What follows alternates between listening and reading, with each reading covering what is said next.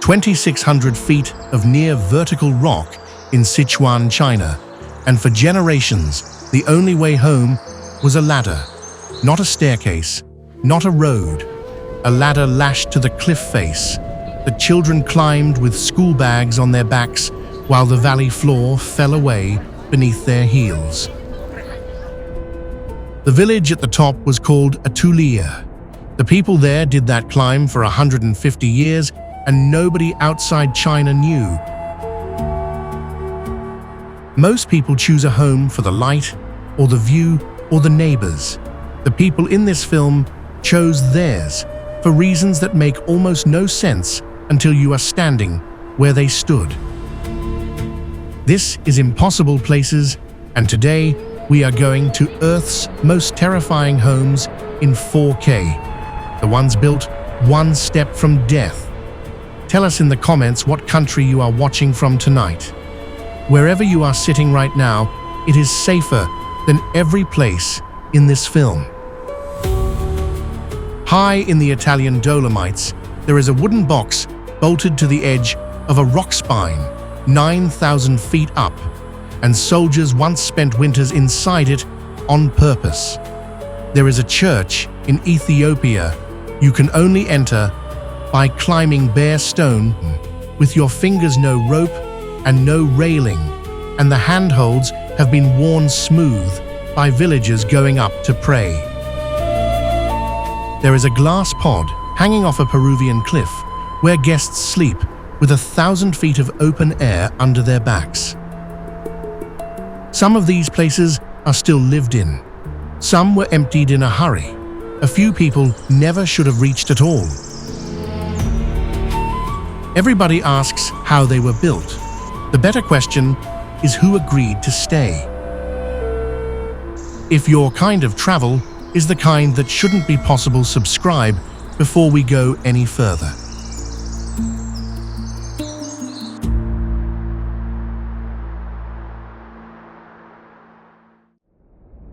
Everywhere else on this journey, danger keeps people away. This place is different because people lived here for 200 years. High in the Daliang Mountains of Sichuan sits a village called Atulia on a shelf of land where the cliffs fall away on every side. To reach it, you face a wall of rock about 800 meters high. That is half a mile, straight up. And for generations, the only way up was a ladder twisted together from rattan and vine, rotting in the rain, clinging to the bare cliff. This is home to the Yi people, one of the oldest minorities in this corner of China. Their ancestors climbed up here in the Qing dynasty looking for a place the outside world could not reach. They found it, so they stayed.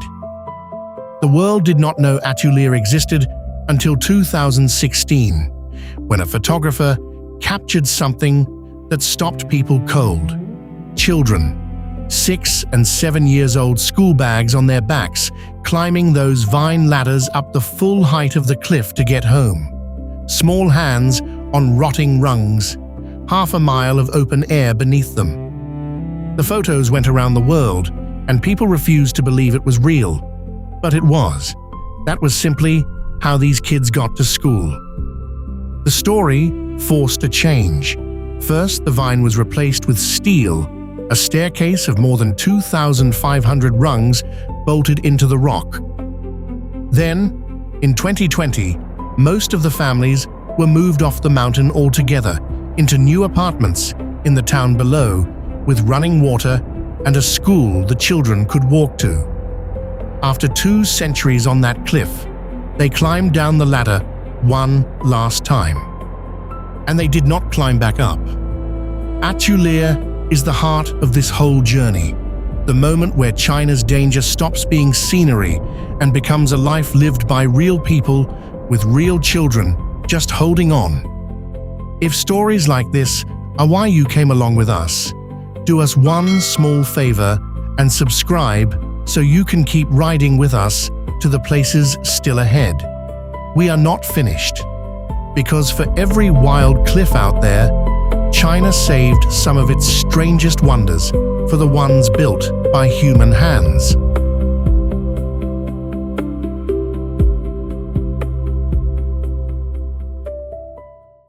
The last road in this run is different from the others, and not because of how it looks. It is because of who made it. There is a village called Lanying, tucked at the bottom of the deepest canyon in the Chongqing region, walled in on every side by cliffs. For generations, the people here were almost completely cut off from the world. To reach the nearest proper road, to sell what they grew or buy what they needed, a villager faced nearly a full day of walking up and out of the gorge. No company was coming to fix that. No highway was ever going to be built for somewhere this remote. So they built it themselves. 23 families split the cliff into 23 sections, one for each household, and over more than a decade, they hammered a road straight into the rock by hand.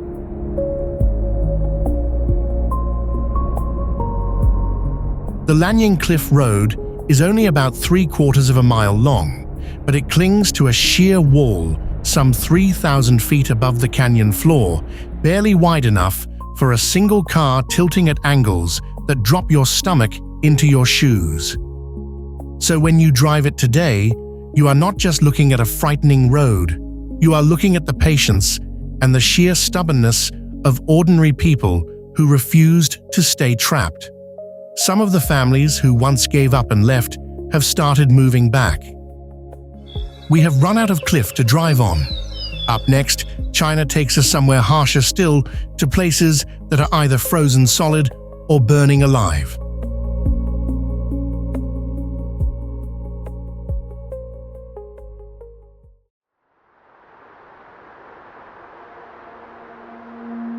The cable is about as thick as your wrist. That's the only thing between you and the open air below. The Bivacco Buffa di Perero isn't just a mountain shelter in the Italian Alps, it is one of the world's most dangerous homes for stranded climbers, built in an absolutely impossible place. It is bolted directly into a vertical cliff, accessible by a suspension bridge that sways over a fatal vertical drop with no visible bottom. Not a long drop, no visible bottom. The cables, the wooden slats, the whole structure shifts in wind. You can feel it moving under your feet before you're halfway across. And the shelter on the other side, it's not on a ledge. It's anchored deep into the unforgiving rock face, testing the absolute limits of structural integrity. 2 narrow metal rooms, small windows, no margin for anything. In strong wind, the walls vibrate. You can hear the cliff settling, a sound climbers describe as the rock adjusting its weight, which is a terrifying geological reality and completely unhelpful to hear at 2 a.m. It exists because the Alps don't respect forecasts.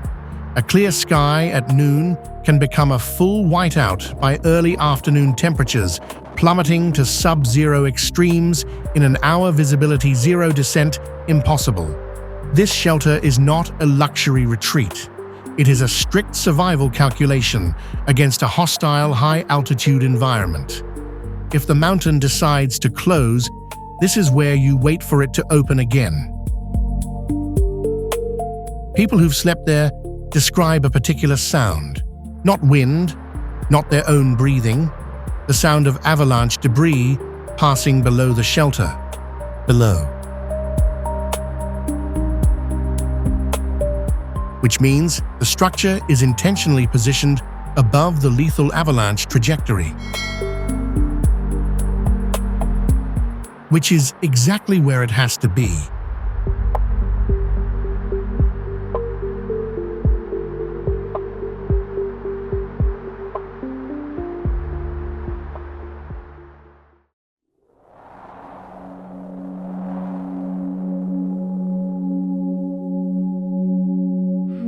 Most travel videos ease you in. Forget that. The most extraordinary places on Earth test you at the door. Abuna Yamata Guh, Ethiopia. Your fingers are bleeding. Not much, just a raw sting where the sandstone has been filing your skin for the last 40 minutes. You're halfway up a vertical cliff in northern Ethiopia. No rope, no harness, no path. Only the rock, the cracks inside it, and 300 meters of empty air beneath your feet.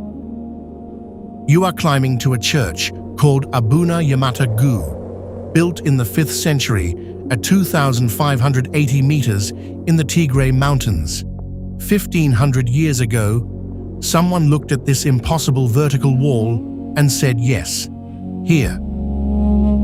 There is one section climbers call the wall. Your toes find a ledge the width of a credit card. Your fingers wedge into cracks that have been widening for 1,000 years.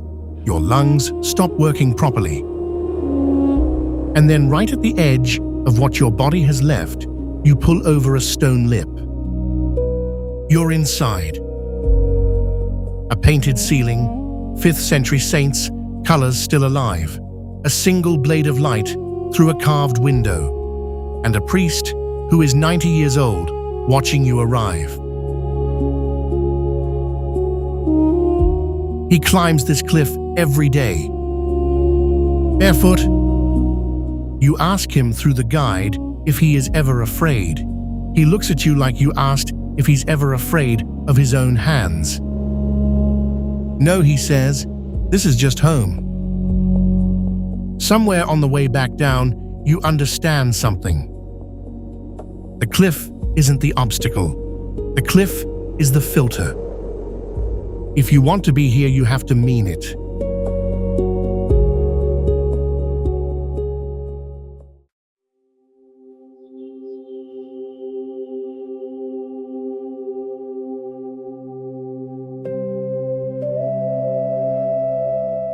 The hotel has 3 rooms. Each one is a glass capsule bolted to the side of a cliff 400 meters above the valley floor. To check in, you climb.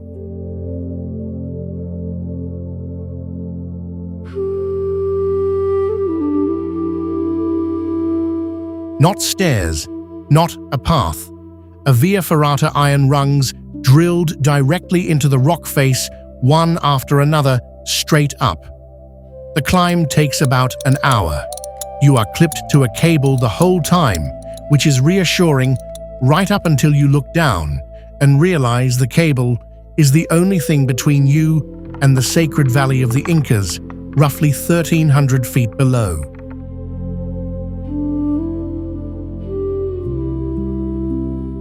The capsules are transparent on all sides. At night, the stars are directly above you.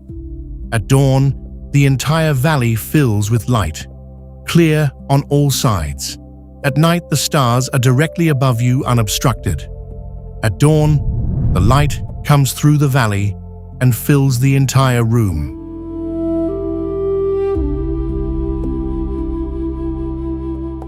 Dinner is served on the cliff face, a proper gourmet meal brought up by the guides, eaten while your feet dangle over nothing. And the bathroom. The bathroom has a window that looks straight down into the canyon. There is no tactful way to describe the experience of using it.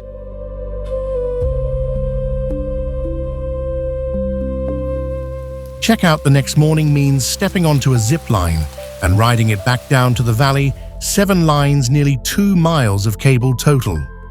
The longest run is half a kilometer.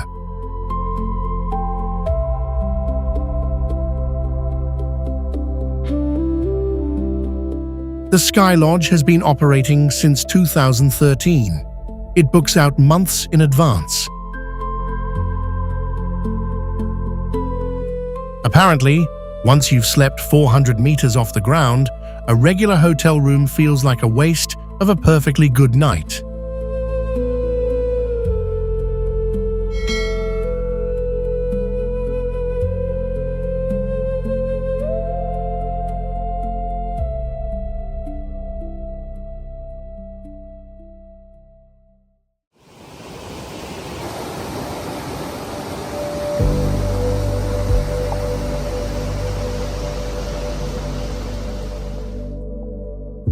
In May 2024, a glacier above the Swiss village of Blatten began to move.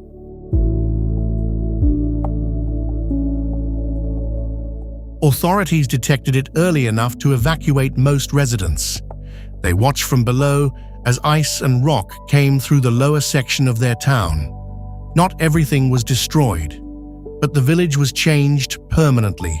Sections gone. The landscape around it altered in ways that won't reverse.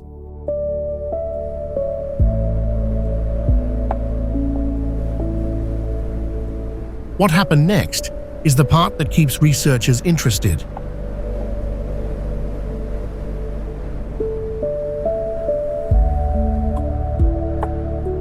Within months of the event, residents were already asking about returning. Not all of them, but enough that local officials had to confront the question in public: at what point does the risk become unacceptable? What is the threshold? Who decides?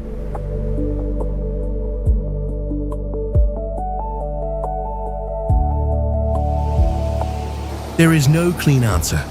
There never is.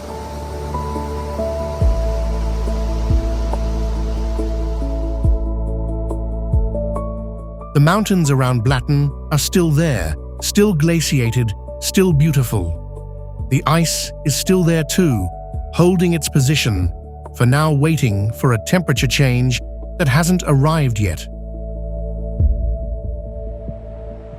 The residents who came back know this. They came back anyway.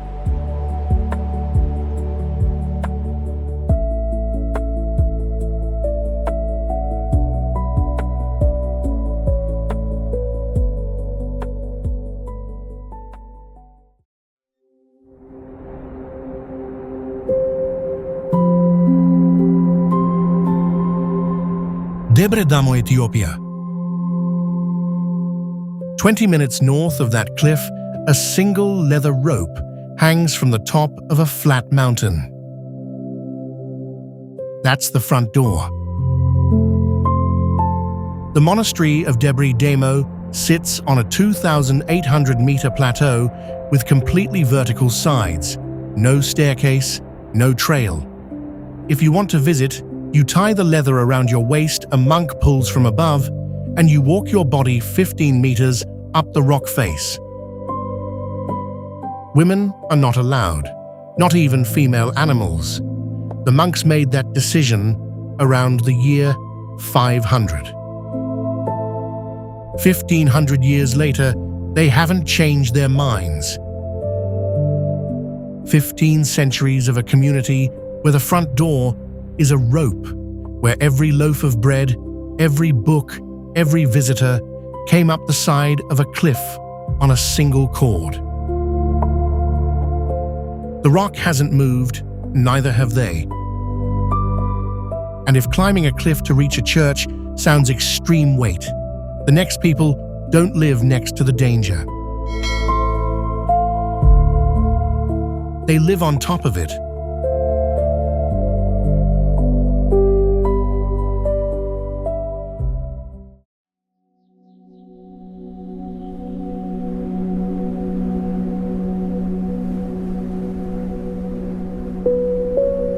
Sitting at 12,073 feet on the Aiguille du Midi, a jagged spike of granite above Chamonix, this high-altitude refuge is one of the most exposed buildings in the Alps.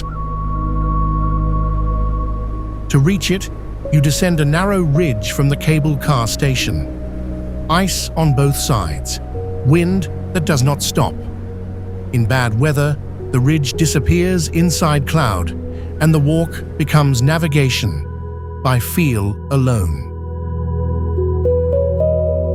The refuge sleeps about 40 people. Most are climbers preparing for Mont Blanc. They arrive in the evening, eat together, sleep a few hours, and leave for the summit before dawn, in the dark, in the cold, in silence. On a clear night, the stars from the terrace are unlike anything visible from sea level. The atmosphere is thinner, the light travels further, the sky is darker. But the same thinness that makes the stars brighter makes every step harder. Breathing even at rest takes concentration. The Cosmique's refuge is not a place you live. It is a place you pass through, a threshold between the known world below and something older higher, and completely indifferent to whether you make it.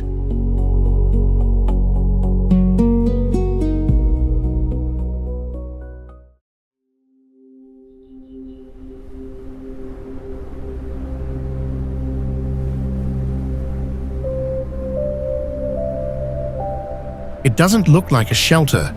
It looks like something that got lost on its way to a design exhibition and ended up on a cliff in the Mont Blanc Massif.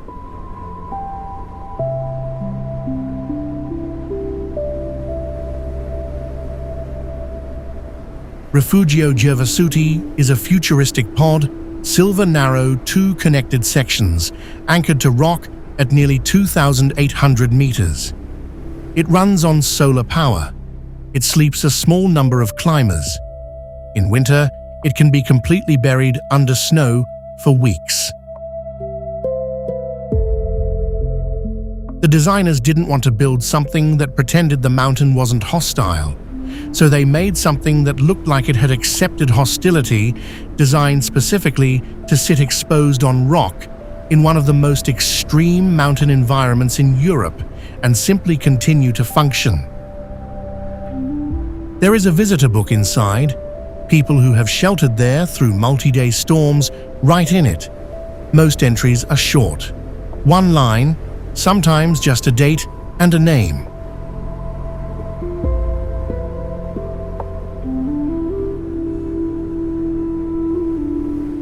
That's all you need when the mountain has been talking for 3 days straight and you're not sure when it's going to stop.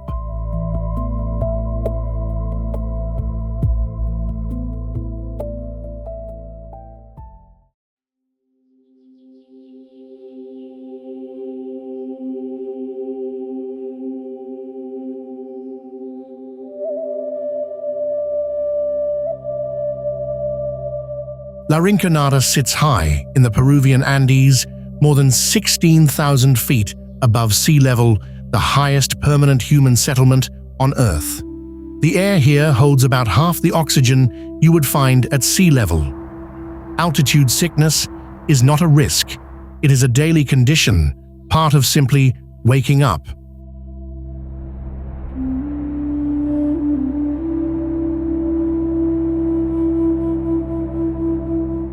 People do not climb this high for the view. They come for gold. Locked in the frozen mountain is one of the richest gold deposits in South America, and the system the miners use to reach it is one of the most brutal still practiced anywhere. It is called cachorio. A miner works inside the tunnels for 30 days straight, without a single cent of pay. On the 31st day, he is allowed to carry out as much raw ore as he can lift onto his own shoulders and keep whatever it holds. It might be enough gold to change his life. It might be worthless rock. He will not know until he breaks it open. Every month is a gamble, and the mountain always holds the odds. The women of La Rinconada are barred from the shafts, entirely kept out by an old belief that a woman underground will make the gold vanish.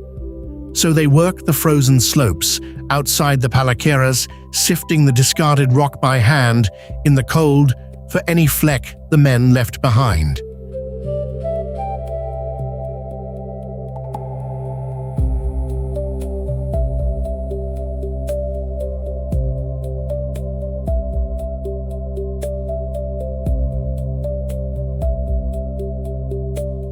And inside that mountain, the Catholic faith of the surface gives way to something older.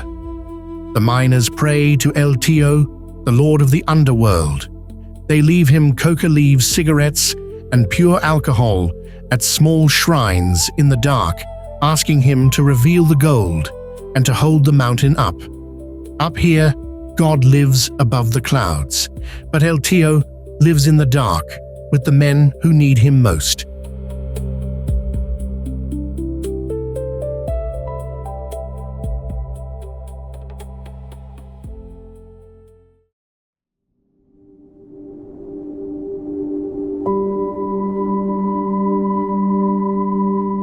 Grindavik, Iceland. On November 10th, 2023, the ground in Grindavik began to crack. Long black fissures splitting through residential streets. A crack ran through a soccer field. Another opened beneath a house, and the house split in two. 3,800 residents evacuated in a single night. In the following weeks, the earth beneath the town shifted, in some places sideways by a full meter, in others, it dropped. A woman's garden sat 80 centimeters lower on Tuesday than it did on Monday. Then, in January 2024, the lava came.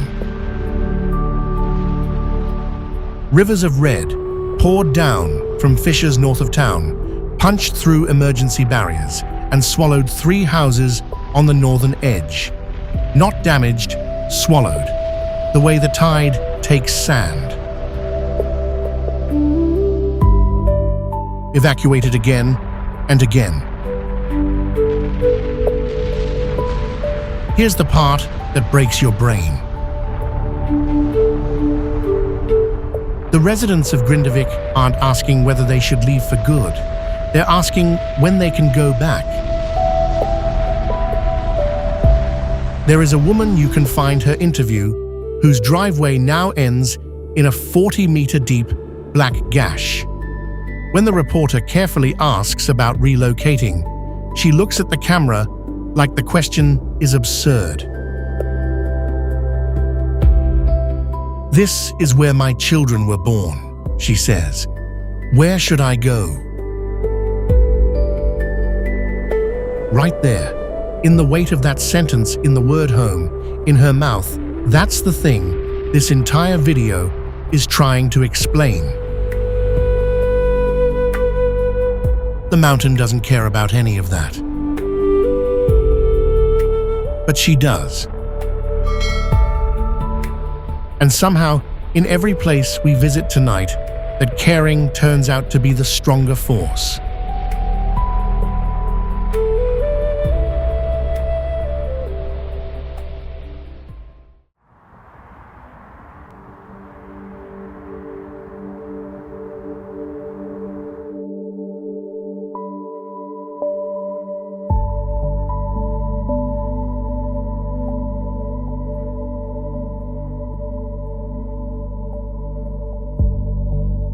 Planet you can reach on foot. The land sits around 410 feet below sea level, one of the lowest and hottest places on Earth, where daytime heat pushes past 120 degrees Fahrenheit. Pools of acid glow neon yellow and green. An open lava lake churns nearby, and the whole basin reeks of sulfur. NASA has studied it as a model for alien worlds. The Afar people have lived here for centuries.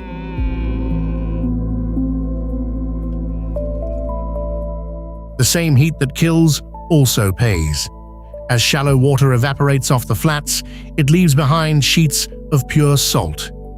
Day after day, Afar men lead long camel caravans across the blinding pan to cut it by hand, carve it into blocks called a molar, and haul it up to the highland markets. Until the 20th century, those blocks were the official currency of Ethiopia. Out on the hottest ground in Africa, the Afar were mining money.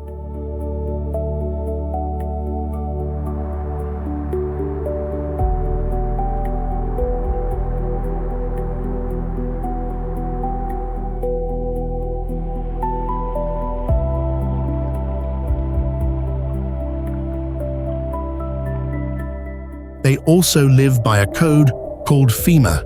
Arrive in their territory as a guest, and they are bound to share their water with you, feed you, and protect you with their lives. In a place where every cup of water is survival, they hand you theirs before they take their own.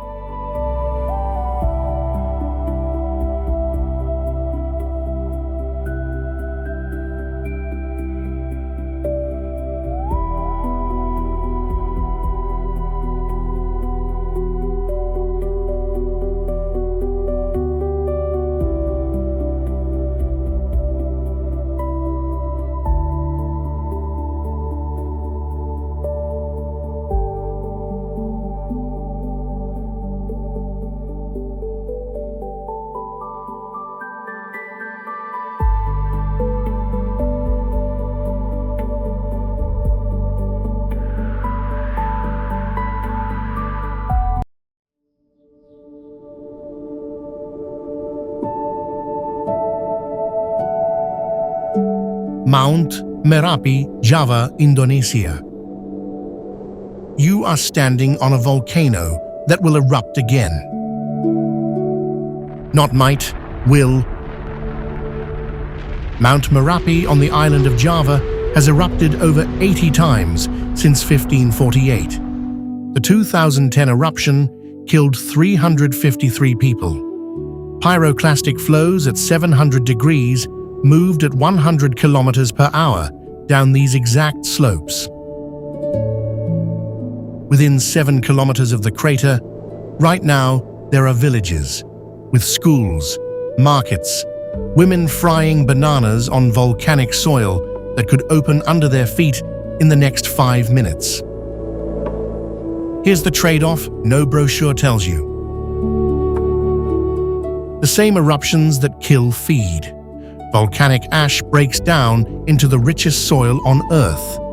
1 hectare of Merapi farmland produces yields that would take 3 hectares anywhere else. So the farmers made a deal with the mountain. You feed us, you kill us, we stay.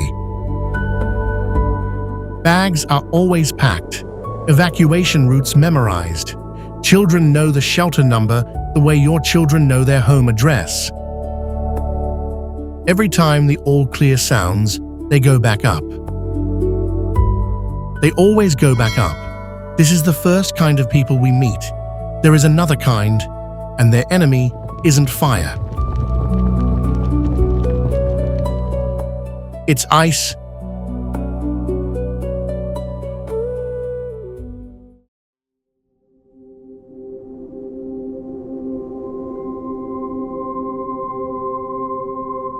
Paukdal Monastery, Zanskar, India. In the Zanskar range of the Indian Himalayas, built into a cave where 2 rivers meet, there is a monastery that looks from far away like a wasp's nest glued to a cliff. Get closer, and it resolves into a cluster of whitewashed buildings, prayer halls, monks' cells, open terraces, stacked organically across the rock face connected by outdoor stairs cut from stone. There is no road anywhere near Phuktal. To reach it, you walk for a full day along a river valley in terrain that tests your legs, your breath, and your will in equal measure. The monastery was founded in the 12th century. About 50 monks live there now. They have a satellite connection. They could speak to anyone on Earth whenever they wanted. They usually choose not to. There is a quality to the silence in Phuktal that nobody who has been there has ever quite been able to describe. It is not the silence of an empty room. It is not the silence of late night or fresh snow. It is something heavier. It is the silence of a place that has been quietly present for 800 years, that has absorbed the prayers, the footsteps, the breathing, the chants of thousands of monks across dozens of generations, and it holds all of it silently, patiently, without comment. You sit in the stone courtyard. The silence is not empty. It is a presence, very old, very patient. Like it has been waiting for you to arrive and finally shut up. And now, finally, you're ready for the place I promised you at the start. A column.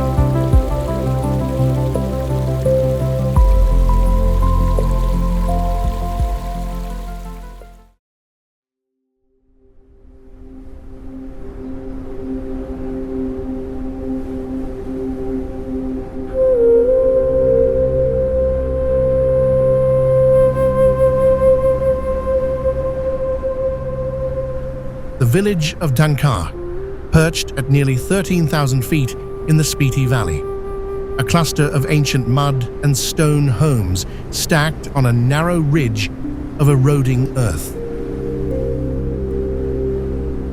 The ground here is silt and clay. It cracks in winter and crumbles in rain. Geologists have studied it. The conclusion is not comfortable. The ridge is eroding. Has been for centuries, will continue to erode.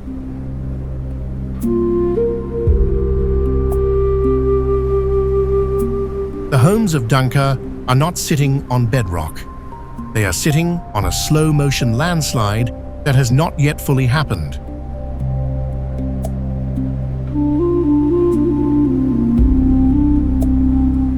The monastery above is considered one of the most endangered heritage sites in the world. Its walls lean, its floors shift. Every winter storm takes a little more. The people of Dankar have lived here for over 1,000 years. They know the ground is fragile. And they are still there. Some people watch their home fall and walk away. On a rock in the middle of Serbia's Drina River, someone watched their home fall and picked up a hammer.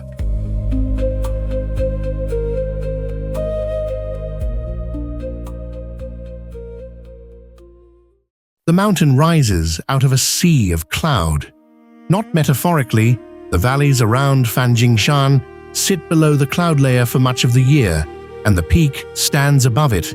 So what you see from a distance is a column of rock appearing to float on white. Getting to the top means climbing somewhere between 8,000 and 9,000 stone steps. The path clings to the cliff face for most of the ascent, narrow, steep, exposed. On busy days, the line of people moving upward stretches for hours. On quiet days, the mist closes in, and you can't see more than a few meters ahead. The mountain doesn't adjust its conditions for either. Near the summit, the rock formation changes. The peak splits into two separate columns, and connecting them at over 2,400 meters above sea level is a stone bridge barely wide enough for two people to pass each other. On one side of the bridge, a sheer drop into cloud. On the other side, the same. You cross it because the temples are on the other side. That's the only reason. The two small temples at the top have stood up there for centuries, rebuilt, after fires rebuilt, after earthquakes rebuilt, after the particular kind of damage that happens when a structure spends its entire existence above the cloud line in a region that receives some of the heaviest rainfall in China. The stone is dark and permanently wet. The incense smoke from the shrines inside drifts out and disappears into the mist almost immediately.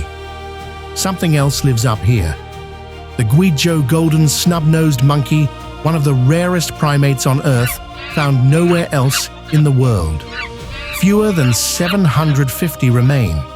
They move through the old-growth forest below the summit, a forest that has been left largely untouched because the mountain was considered sacred, long before anyone thought to log it. The monks who built the temples and the monkeys who preceded them have shared this mountain for longer than the temples have existed. The rock itself is over 1 billion years old. The Mushroom Rock near the summit, a formation that looks exactly as improbable as it sounds, a massive boulder balanced on a narrowing base, has been sitting there through all of it. Wind and rain carved it into that shape. The same wind and rain are still working on it now. The mountain was named a UNESCO World Heritage Site in 2018. Before that, it was just a place people climbed to reach something they believed was worth the climb. Some of them still do it barefoot. Head west into Gansu, and the mountain itself changes shape. Out of the green hills rises a mound of rock that looks exactly like a giant haystack. That is literally how it got its name, Maijishan, the wheat stack mountain. But look closer, and the surface of that haystack is alive. Carved into the bare cliff, climbing hundreds of feet up the rock face, are 221 caves, holding more than 7,000 Buddhas. Some tower 50 feet tall, some are smaller than your hand.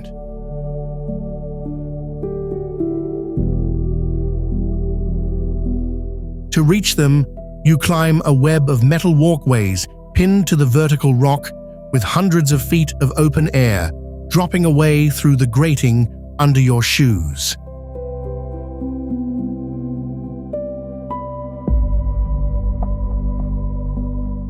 This is one of the great treasures of the ancient Silk Road, more than 1,500 years in the making.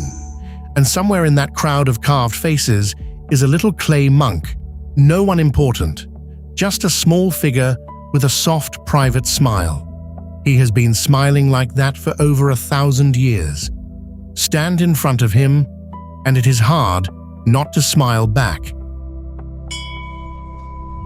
If a face carved before your country even existed can still reach you across all that time, you understand why we go looking for these forgotten places. Do us one favor and subscribe so we can keep finding them together.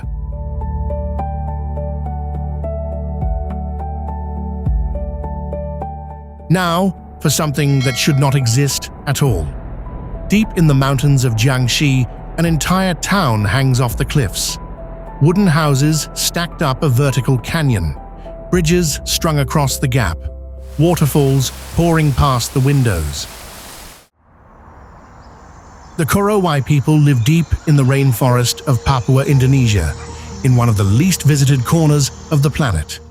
One image made them famous around the world, a single house built into the crown of a tree, almost 150 feet above the jungle floor, higher than a 10-story building, with no scaffolding and no safety net.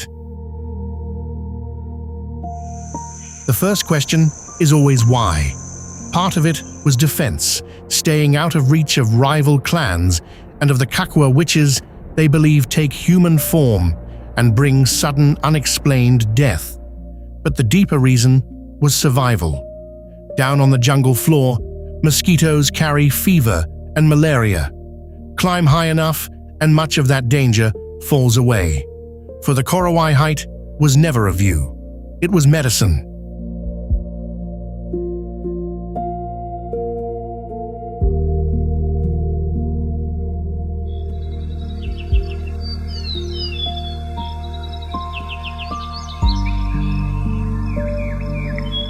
Here is what the cameras tend to skip. The real Korowai story is not the trees. It is a single plant, the sago palm. Its trunk gives them their main food, its leaves, their roofing, its bark, their floors. And when a sago palm falls and rots, it breeds the sago grub, a fat, pale larva they prize above almost anything rich and creamy over a fire. Their homes, their meals, their rituals all grow from the same trunk. The sago palm is not just food. It is the foundation of their entire civilization.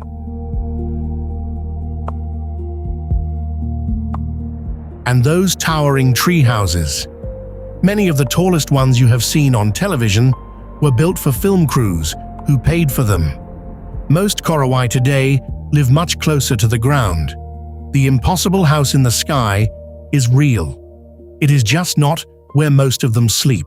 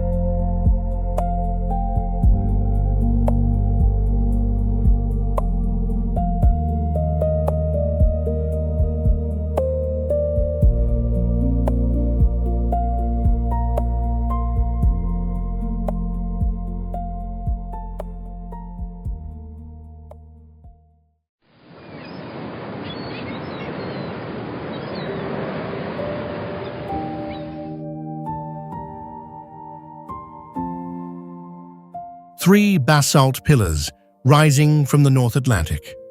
On the tallest one, a small white building with a red roof.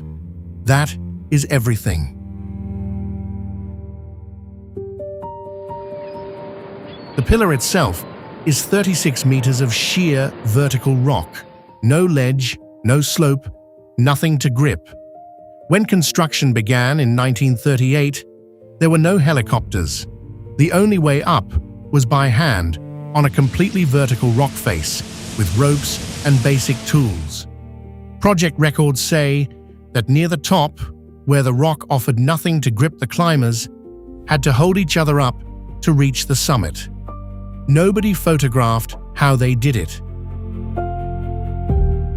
The lighthouse took 2 years to build entirely by hand. Inside, just enough room to work and wait out a storm. Keepers who lived here did all three, sometimes for weeks at a time, in winds that can exceed 200 kilometers per hour. The lighthouse is automated now.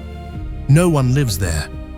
Maintenance crews arrive by helicopter once a year, land on the small helipad, bolted to the rock, do what needs to be done, and leave.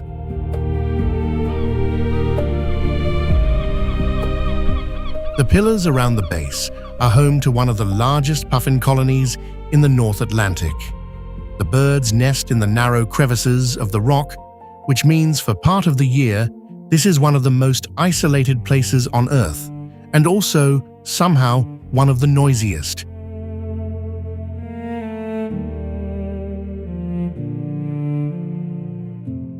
The light still works, every night. Pointed out to sea, warning ships away from the rock that was almost impossible to build on in the first place.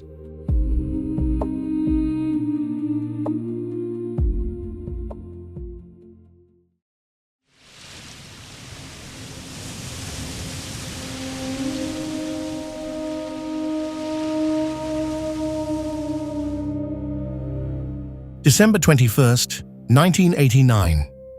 A photographer named Jean Guichard was in a helicopter passing over the La Jument lighthouse off the island of Ushant on the coast of Brittany, exactly as a storm was hitting the tower full force.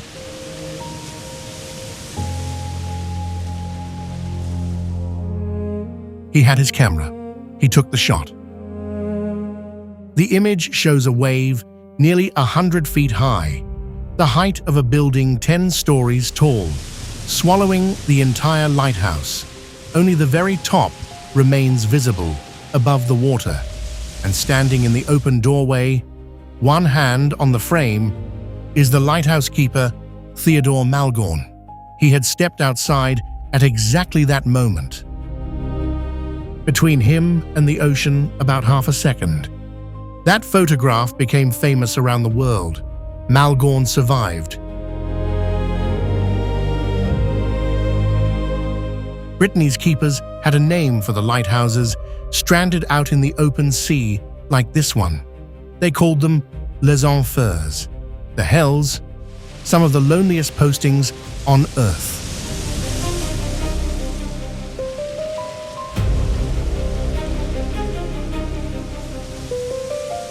But here's what the photograph doesn't show: the days between storms, when the sea goes flat and the tower stops shaking and there is nothing, no sound worth speaking of, no one to talk to, space too small to pace properly.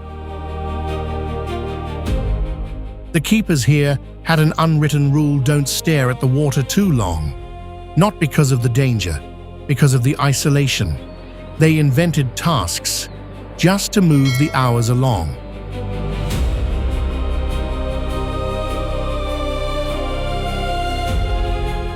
The storm you can prepare for. The silence is the thing that gets you.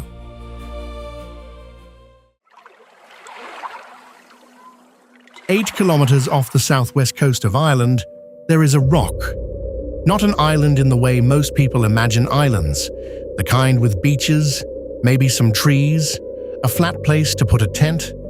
This is a pyramid of dark sandstone, rising almost 220 meters straight out of the Atlantic. No harbor, no shelter. The sea around it doesn't lap. It collides. On bad days, waves here reach 30 meters. That's taller than a building 10 stories high, hitting bare rock, with nothing between it and the open ocean for thousands of kilometers. Getting to the top means climbing 618 ancient stone steps. No railing. This is a pilgrimage path that runs along the cliff edge. Rock on one side, nothing on the other, just the drop and the sea below. The steps were cut by hand, by monks, sometime around the 6th century. Because that's the part that stops you cold. This wasn't a military outpost. Nobody was forced here. A small group of Christian monks chose this rock. Specific, brutal, unreachable, the place they wanted to spend their lives. At the summit, they built 6 stone huts, each shaped like an upturned boat. The stones were laid one over another until the walls leaned in and closed overhead. No mortar, nothing holding them but their own weight. An ancient monastery now, a UNESCO World Heritage Site on one of the most isolated rocks on Earth. And those huts are still standing, 1,400 years later, on a rock in the middle of the Atlantic. The monks didn't just survive here, they made it a home. Soil had to be gathered and carried up. Rainwater collected off bare rock. In winter, when storms sealed the island off for weeks at a time, there was no resupply, no rescue, just the huts, the stone, and whatever they'd managed to store. Most people would call that trapped. They called it chosen. What makes Skellig Michael hard to look away from isn't the danger. It's the silence underneath everything else. You stand at the top of the mainland, just barely visible as a grey line on the horizon. The sea stretching in every other direction without interruption. This is what the edge of the world actually looks like. And you realize the monks didn't come here despite the isolation. They came because of it. The harder it was to reach, the further the world stayed away. The last monks abandoned the island around the 13th century. Nobody knows exactly why. The records are lost to time if they ever existed. Some historians think the winters became too brutal even by Skellig standards. Some think the church changed and this kind of extreme solitude fell out of fashion. The huts have been empty for 800 years. They still hold.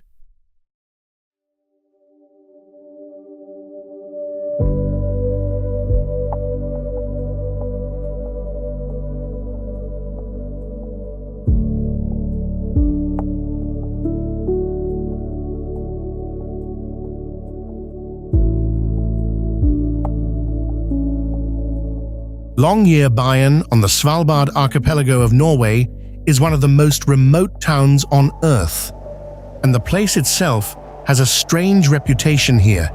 In a sense, You are not allowed to die.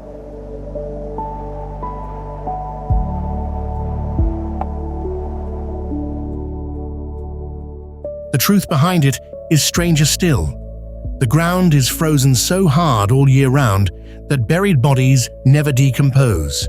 So for decades, the town has not allowed new burials, and anyone who falls gravely ill is sent to the mainland. The cold has the final say, even over death. Winter does not just bring cold, it brings the dark. For months from November into February, the sun never rises at all, and the whole town lives under a blue-black sky around the clock. They call it the polar night. And out beyond the last houses, this is polar bear country. The animals here can weigh as much as 1,500 pounds, and stepping outside town limits without a rifle is not just unwise, it is against the rules. So why live here at all? Longyearbyen began as a coal town in the early 20th century, and today it guards something precious for all of us: the Svalbard Global Seed Vault, buried in the permafrost with more than 1 million seed samples, a backup of the world's crops in case of disaster. Around 2,000 people still live here, going to work, walking kids to school, buying groceries, raising families in the dark, in the cold, beside the bears.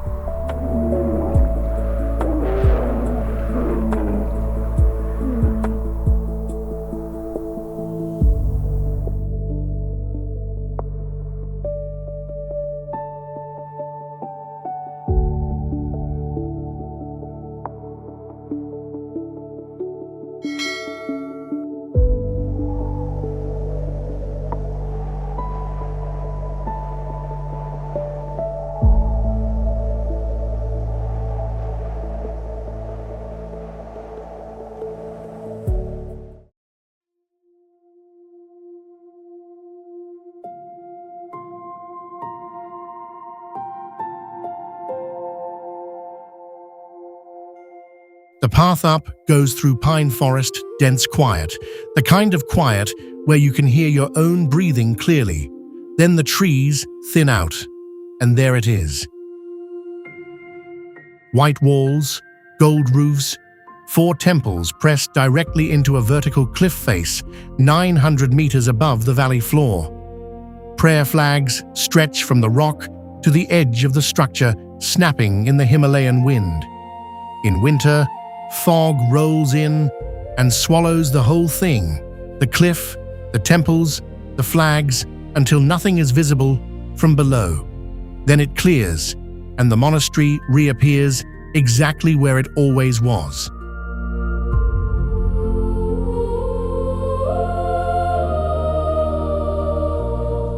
The only way up is on foot, 2 to 3 hours of climbing. Near the top, the path narrows to a cliffside section where there is almost no room to pass another person. Pilgrims have been making this walk for centuries, some of them elderly, some of them barefoot.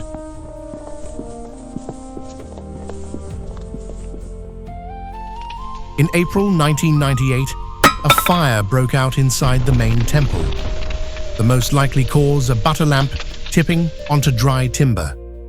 The monastery's greatest strength, its unreachable position, became the reason no one could save it.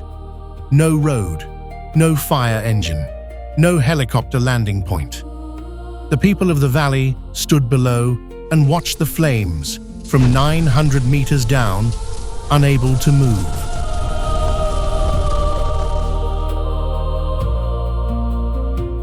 One monk died. The reconstruction took 7 years. Every piece of timber, every stone, every kilogram of supplies carried up the mountain by hand, the same way the original builders had done it 3 centuries before. Inside the rebuilt temples behind the main shrines, the cave where Guru Rinpoche meditated in the 8th century is still there, still intact. This is the cave that gave Tiger's Nest its name. Legend says Guru Rinpoche arrived here on the back of a tigress to meditate in isolation. Most people who make the climb say the same thing afterward. The walk up is the point. By the time you arrive, you've already understood something about why this place exists here and not somewhere easier.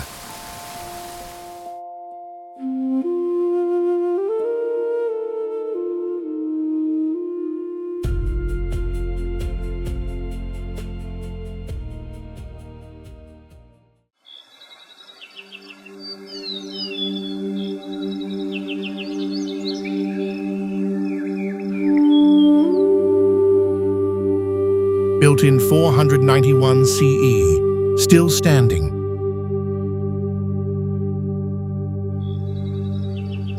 The Xuankong Temple is attached to a cliff in Shaanxi province. Not at the summit, not at the base, but sideways into the middle of the rock face. Wooden beams driven into the stone. Notches carved directly into the cliff. For most of its history, the support structure was hidden. Visitors from the Tang dynasty walked beneath it and could not understand what held it up. They assumed the gods were involved. From a distance, the temple looks impossible: halls and bridges suspended above a riverbed, surrounded on all sides by vertical rock. Up close, it's precise. The cliff above provides a natural overhang that deflects rain. The gorge below had been carved to a depth that made flooding minimal. The position wasn't luck, it was engineering.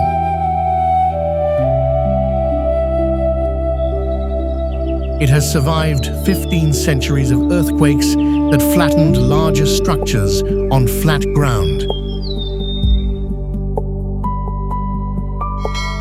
What the builders understood, and what we tend to underestimate, is this: the cliff was not the danger, the cliff was the shelter.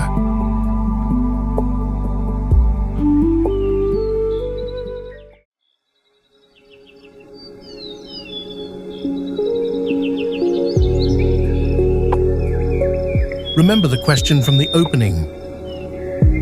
Why does the farmer walk back up the volcano? We've been building toward the answer this entire time. We've climbed cliffs, we've gone underground, we've crossed bridges in cloud, we've listened to silence older than every country on earth. Now, I want to show you the most honest place I know, the one that doesn't dance around it, the one that just states the answer cleanly and leaves it for you to finish.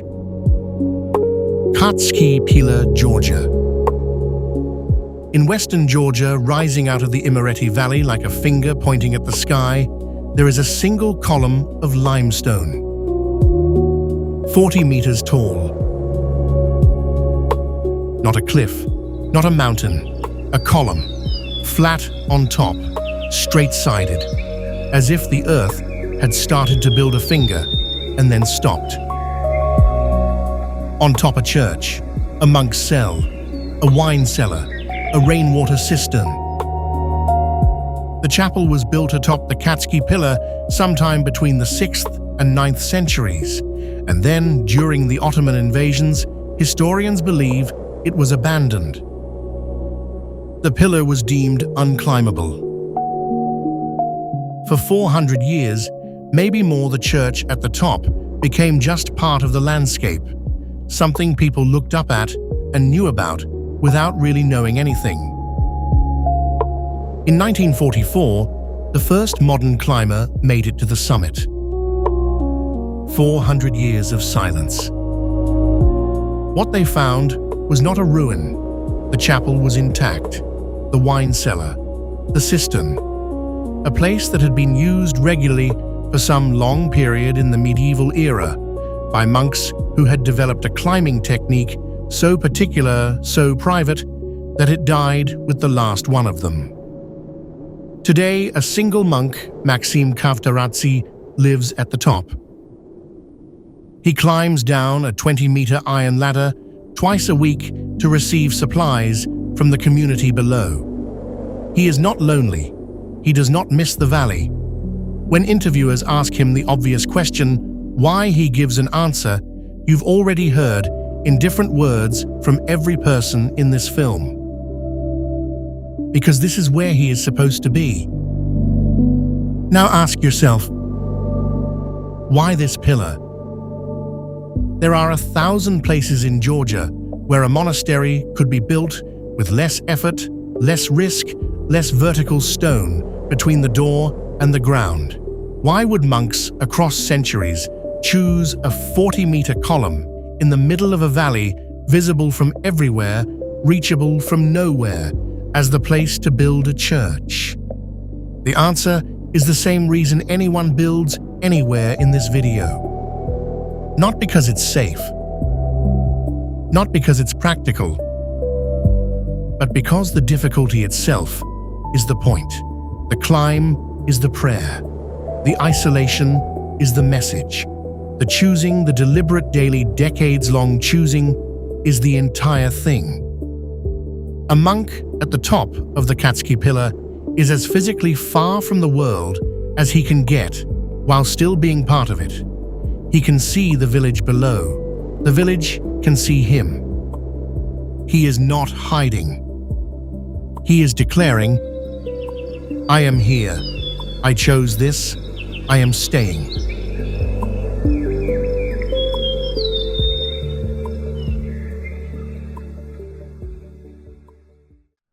Spiti Valley in the Indian Himalayas sits at an average elevation of around 3,800 meters. Visitors spend their first 2 days with headaches and impaired judgment. The valley seals under snow for roughly 6 months. In winter, the only road in becomes unusable, no other way in or out. Key Monastery has been on its ridge since at least the 11th century. It looks like it grew from the rock, same color, same texture, stacked white and brown layers following the shape of the hill. Monks have lived there continuously through winters that most people would not survive without modern equipment. In deep winter, it's accessible only on foot through snow at altitude. The practice continues. But the detail that stays with you isn't Key Monastery. It's the post office at Hikim. Hikim sits at around 4,400 meters. It has a functioning post office, reportedly the highest in the world. Walk in, buy a stamp mail, a postcard, anywhere on Earth. It will actually arrive.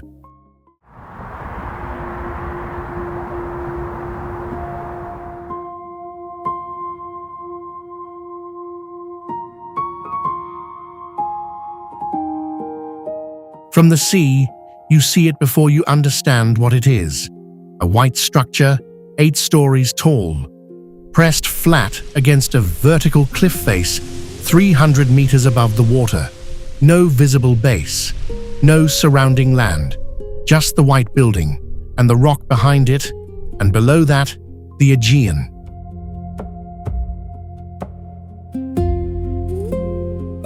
The Panagia Hozoviotisa monastery on the island of Amorgos has been here since the 11th century.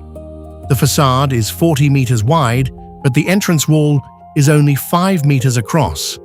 The building doesn't sit in front of the cliff, it grows out of it. To reach the monastery, you climb 300 stone steps. The doorway itself is deliberately low. Everyone who enters has to bow. There is a note on the door that tells you the rules before you enter: long trousers for men, long skirts for women. Keep your voice low.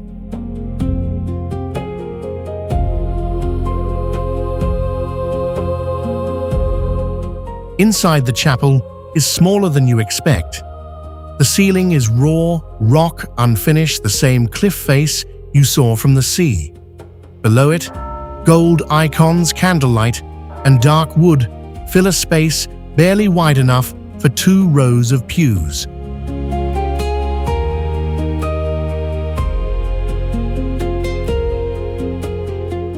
In the room where the monks receive visitors, The walls are covered entirely in framed portraits.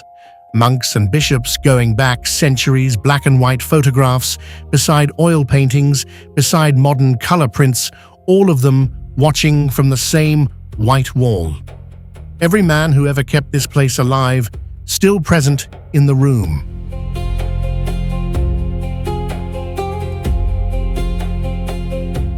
Three monks maintain the entire complex. On weekdays, they sit with visitors and serve cold water, amorgos raki, and Turkish delight. Not as a formality, just because that is what you do when someone has climbed 300 steps to reach your door.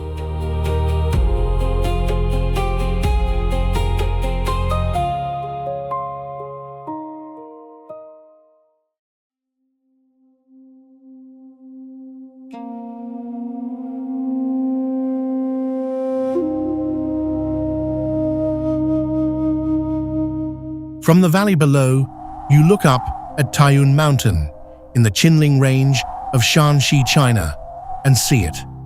A small golden structure sitting on a rock ledge, three sides of it opening directly into the abyss. No visible support beneath it. Just the cliff face, and then that.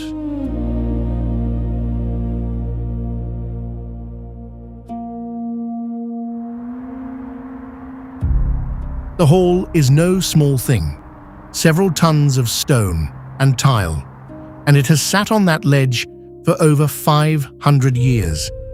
The total surface area connecting it to the mountain, the footprint of the whole hall on solid rock, is roughly 65 square feet, about the size of a large bathroom.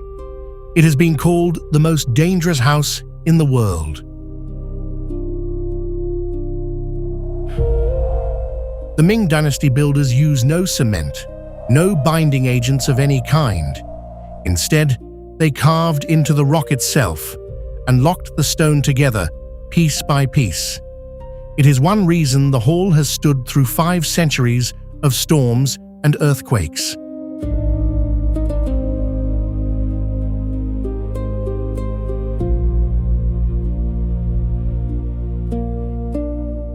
At this altitude, the temple sits above the cloud line most of the year.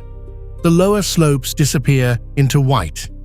The golden roof catches the light above it, and because it stands at the highest point for miles in every direction, it has been struck by lightning more times than anyone has counted.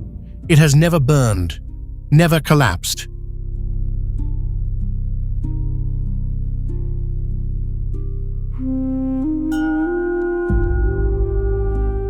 The Taoist monks who chose this lonely site weren't looking for a dramatic view. In Taoist tradition, the harder a place is to reach, the closer it sits to what they were searching for. The isolation wasn't a problem to solve, it was the entire point.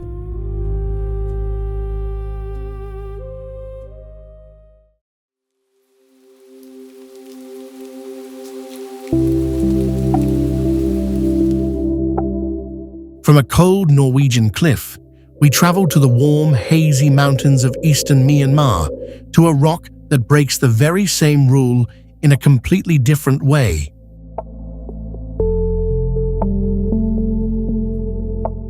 This is the Golden Rock of Kyaiktiyo in Myanmar, and at first glance, it looks like a giant gold-covered boulder that someone balanced on the very lip of a mountain and then simply walked away.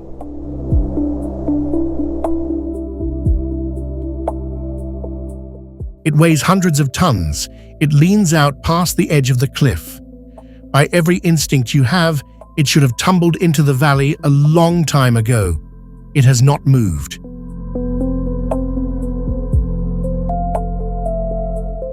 What holds it there is almost nothing.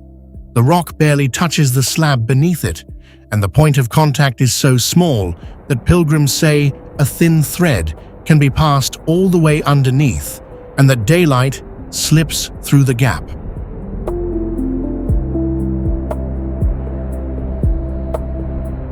For more than 1,000 years, that impossible little balance has been treated not as a curiosity, but as a sacred thing.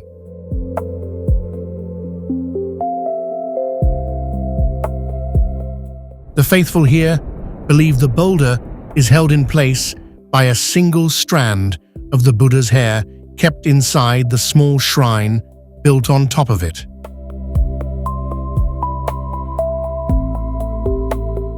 Pilgrims climb the mountain to reach it, and over the centuries, they have pressed so many fine layers of gold leaf onto its surface that the whole rock now glows in the mountain mist.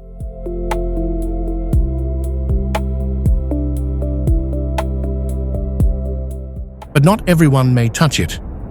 A short bridge leads across to the rock, and a small sign marks where the rule begins.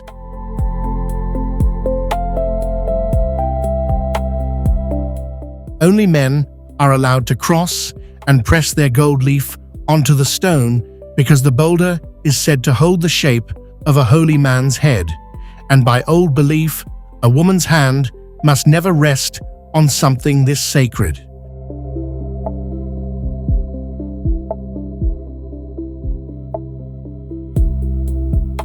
So the women climb the same long path and pray from the edge of the platform, watching as the gold is laid on one thin square at a time.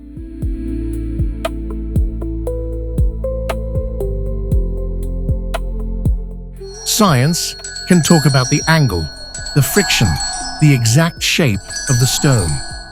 But stand in front of it, watching it shine on the edge of a fall. It has no business surviving, and you begin to understand why so many people here chose faith instead.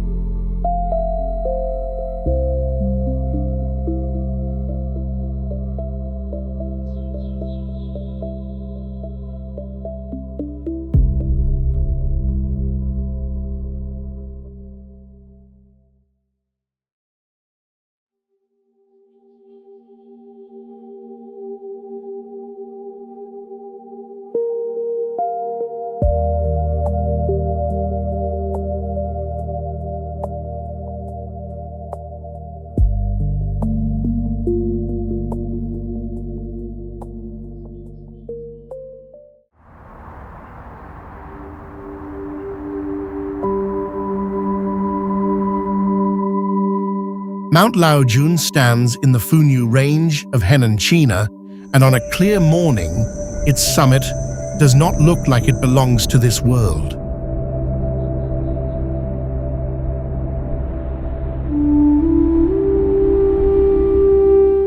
Gold-roofed pavilions sit on separate granite pinnacles, each one perched on its own spur of bare rock, and when a sea of cloud rolls in beneath them, the whole complex seems to float free of the mountain.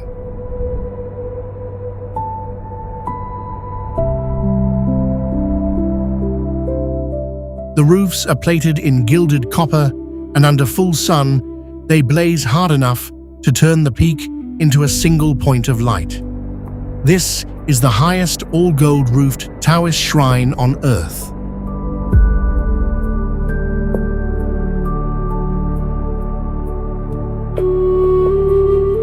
The mountain takes its name from Laozi, the old philosopher who founded Taoism. More than 2,000 years ago, the story goes, he climbed into these peaks to retreat from the world and think, and the place has been sacred to Taoists ever since.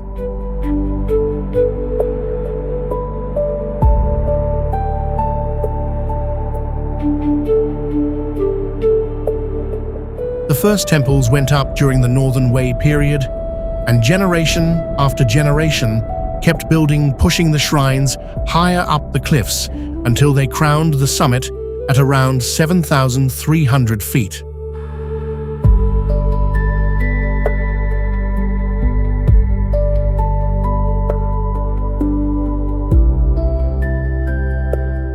This is not one temple on flat ground. It is a whole complex strung across the high rock hall, after halls standing on different peaks, linked by steep stone stairways, narrow ledges, and slender bridges thrown across the gaps between summits.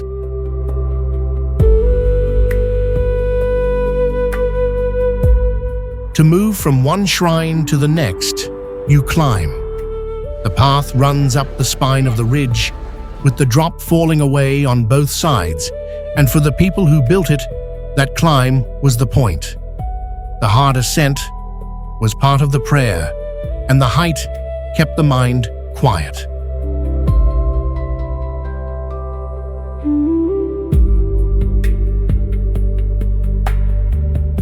Why carry timber and tile up a vertical mountain to build here, instead of in the easy valley below? Stand on the ridge, and the answer is in front of you. Around the temples rises a forest of stone, tall separated rock pillars, left behind as granite cracked and weathered over roughly 100 million years, protected today as a UNESCO Global Geopark.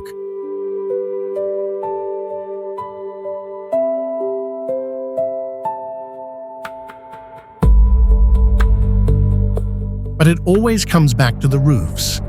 When the cloud sea closes in, and only the gold tips show through, Mount Laojun stops looking like architecture and starts looking like something a story invented.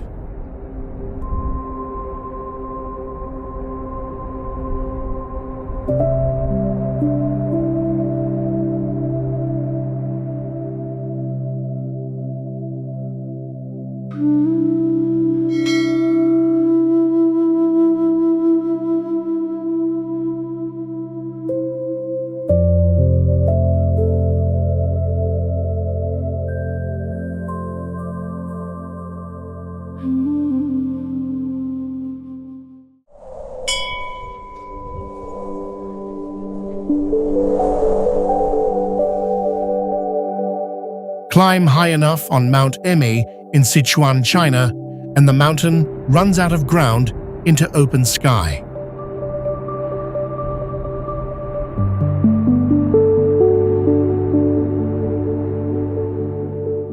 This is the Golden Summit, more than 10,000 feet up, one of the 4 sacred mountains of Chinese Buddhism, a UNESCO World Heritage Site, and the highest Buddhist site of its kind in the country.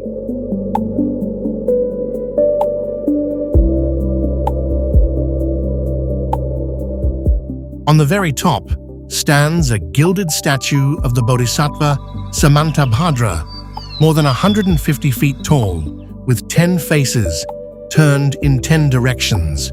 When the sun hits it, the whole summit burns gold above a floor of cloud.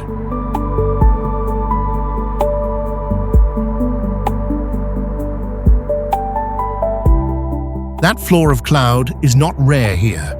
For much of the year, a sea of white sits below the peak, so the temples and the great golden figure appear to float on top of it with nothing underneath.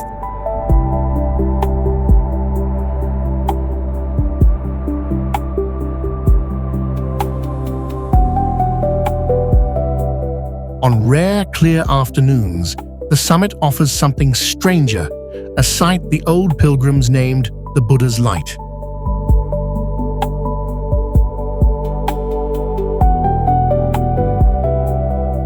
The climb up is not quiet. Mount Eme is home to several hundred wild macaques who have figured out exactly where the trails are, and they wait there bold and unbothered, ready to relieve a hiker of a snack or a water bottle. They are part of the deal. You come for a golden Buddha above the clouds, and you share the path with monkeys who were here long before the pilgrims.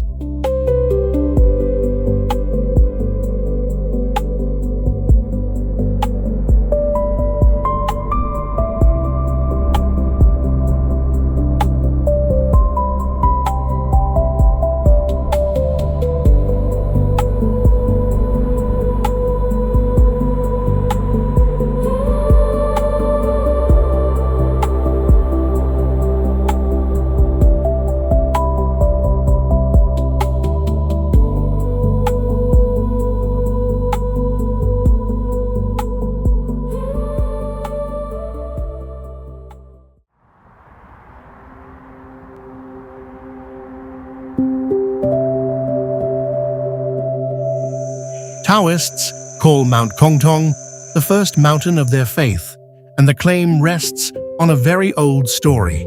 The peak stands above the city of Pingliang in Gansu, China, in the dry northwest of the country. Long before recorded history, the legend says the Yellow Emperor, the ancestor of Chinese civilization himself, climbed this mountain to find a hermit sage named Guangchengzi and ask him two things: how to govern a country and how to live a long life. The answers he carried back became part of the foundation of Taoism.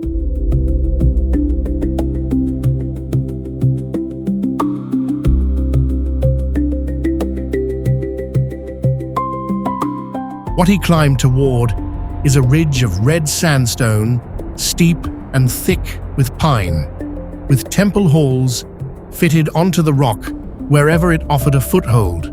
Pavilions sit on narrow ledges and press against the cliff faces, reached by stone stairs that thread between sheer drops.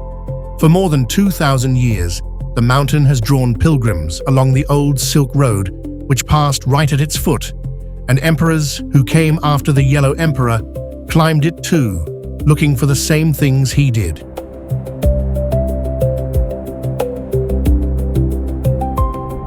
The halls standing there now are mostly the work of later dynasties rebuilt again and again on the same exposed perches. The reason people make the climb has not changed.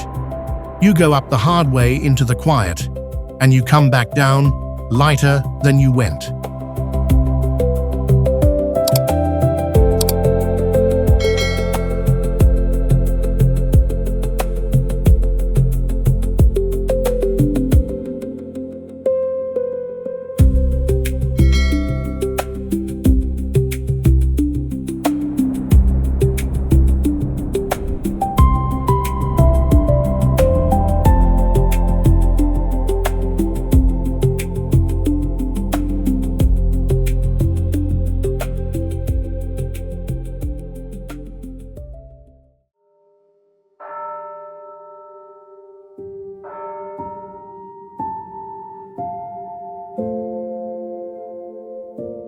"900 meters above the valley floor, pressed into a sheer white cliff face in central Montenegro, the Ostrog Monastery looks less like a building than a mistake of the light.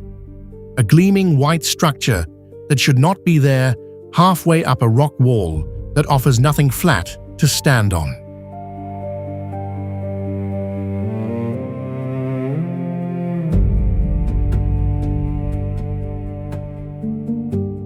The monks who built this in 1665 did not construct walls in the conventional sense.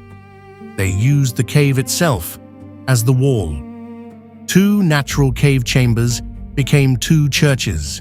The raw rock face became the ceiling, the floor, the back wall.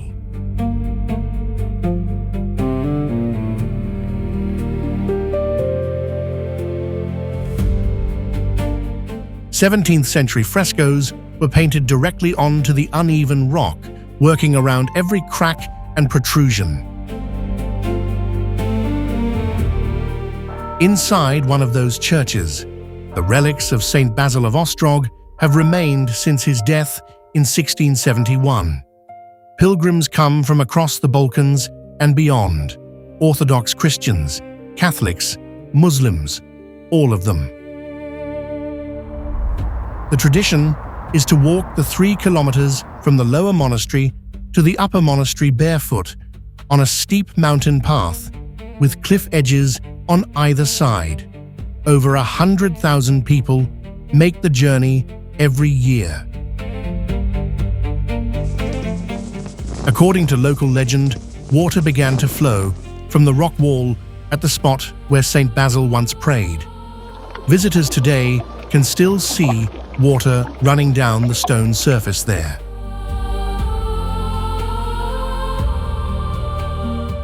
In 1942, a German artillery shell struck the monastery wall. It split in two on impact. It did not explode. The two halves are still in the upper monastery today, kept behind glass. The monks do not offer a technical explanation for why the shell failed to detonate. They simply kept it.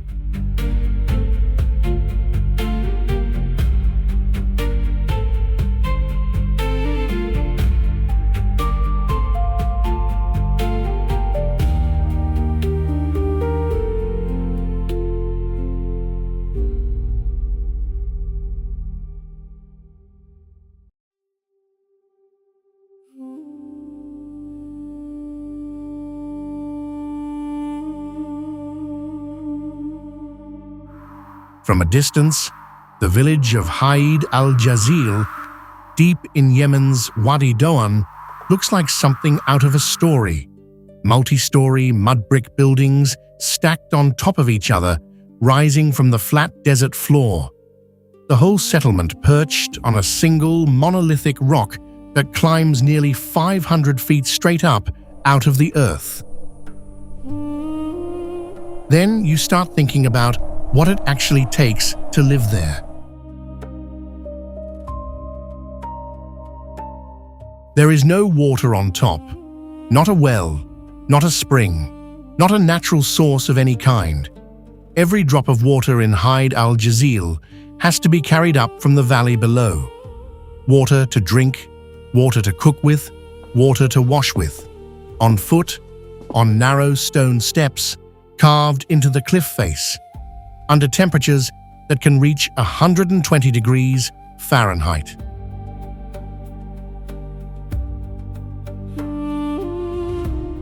Every day, up and down, in that heat.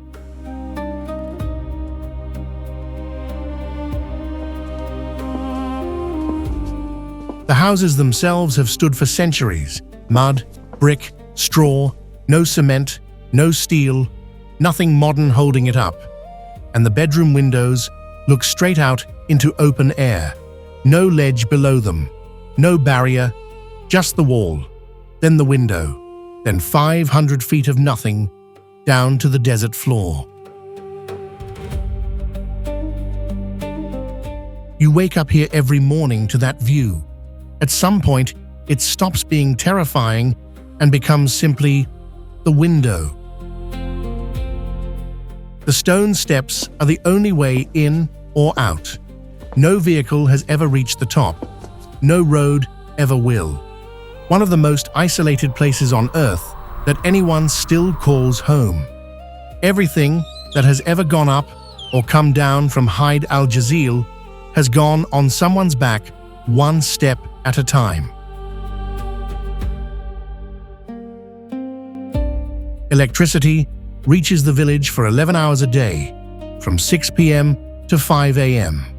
The rest is darkness and heat, and nearly 70% of the houses here have already crumbled to rain, erosion, and termites. The buildings are still standing, some of them still occupied.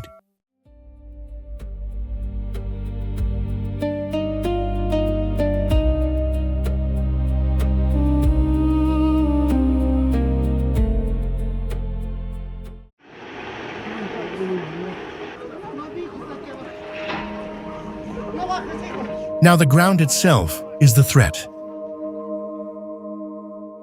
El Alto sits on the edge of a canyon above La Paz. Some of its neighborhoods don't end at the cliff. They extend over it, houses built directly onto soil that is actively fracturing, crumbling, sliding into the gorge below. Every year, pieces of these neighborhoods simply disappear. The authorities have told the residents to leave. Some have, many haven't.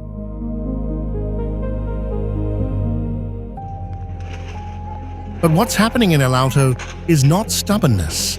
It's something more complicated. Aymara shamans live in these edge houses. They perform rituals to Pachamama, Mother Earth, directing how water flows through the soil, reading the land's behavior, maintaining what they believe is a pact between the living and the ground. To leave is to break that pact. To leave is to abandon an agreement that has kept their families here for generations. So every night, they sleep on a physical fault line, not out of ignorance, out of a faith that gravity alone doesn't understand.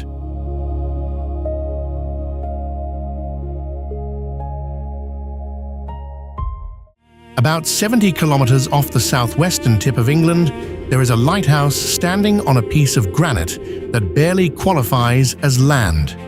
The rock itself is roughly the size of a tennis court, and on it, rising 49 meters straight up, is a tower built from 6,000 tons of interlocking granite blocks. That's it. Rock, tower, ocean in every direction. The first structure built here collapsed during a storm before it was even finished. That was 1850. The current tower took another 7 years to complete, not because of the engineering, but because working on a rock that spends half its time underwater meant construction was only possible in calmer months, a few hours at a time when the sea allowed it. What engineers eventually figured out was that the tower couldn't fight the waves, it had to move with them. The granite blocks were cut with dovetail joints, each one locked into the next, like a three-dimensional puzzle, so the entire structure flexes slightly under impact instead of cracking. In the worst storms, waves have been recorded breaking over the top of the lamp room, 30 meters of water over the top of the tower. The light kept running. For over a century, lighthouse keepers lived inside that tower. 10 floors, each one a single room, the oil store at the bottom, the engine room, the watch room, the bedrooms stacked, one on top of the other, then the lamp at the top. Rotations lasted weeks. Some keepers described it as the quietest posting in England. Others described it differently. The lighthouse was automated in 1992. Nobody has lived there since. On a clear night, you can see the light from 40 kilometers away. A single white flash every 15 seconds. Nobody home. Still running. From above, it looks like someone dropped a house in the middle of the ocean and forgot about it.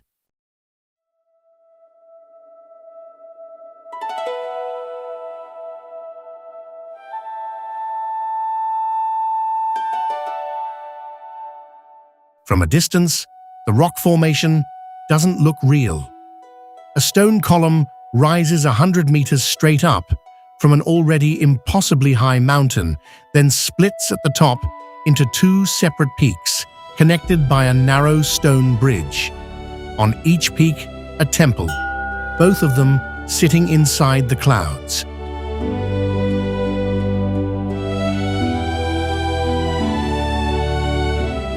To get there, you climb 888 steps.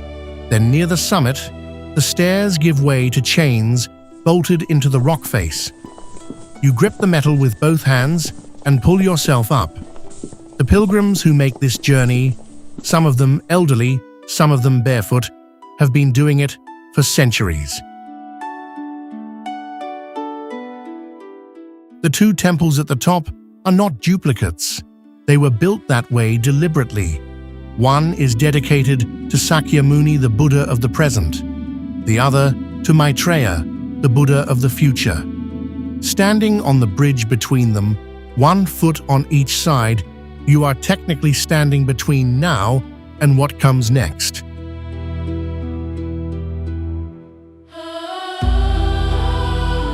Nobody planned that as a metaphor. It's just the geography.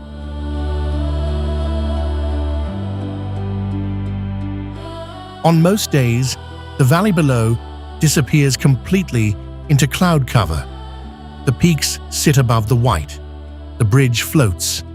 The temples look like they were built on nothing at all.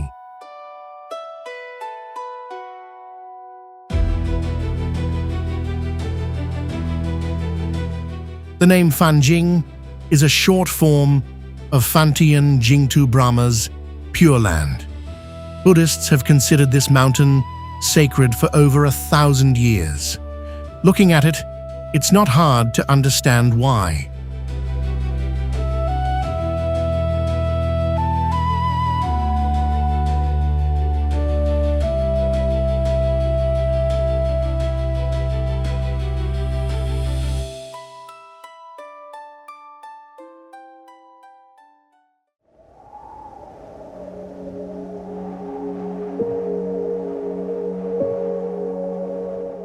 Oymyakon, in the Sakha Republic of northeastern Russia, is the coldest permanently inhabited place on Earth. Its name means roughly the water that never freezes after a thermal spring nearby that stays liquid through the depths of winter while everything around it turns hard as iron.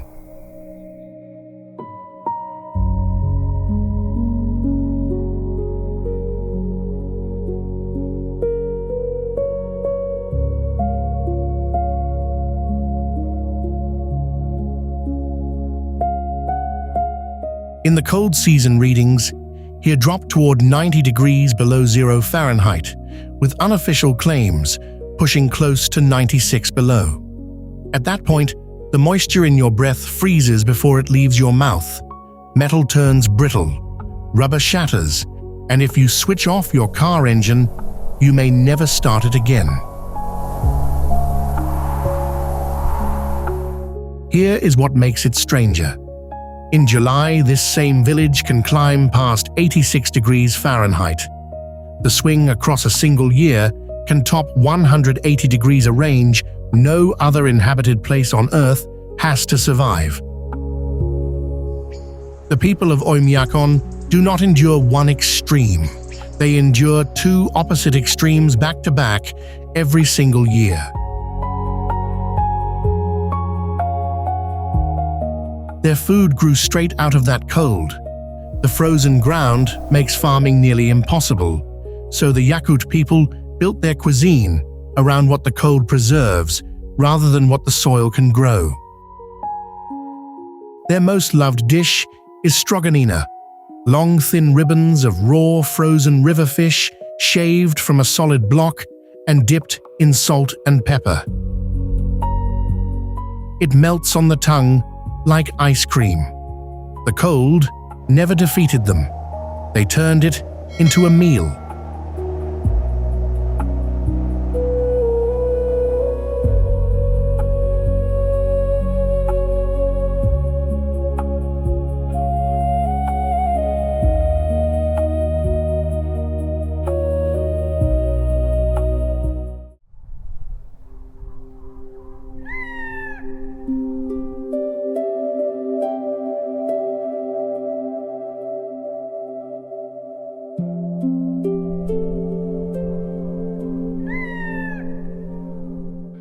The Dogon people live along the Bandiagara escarpment.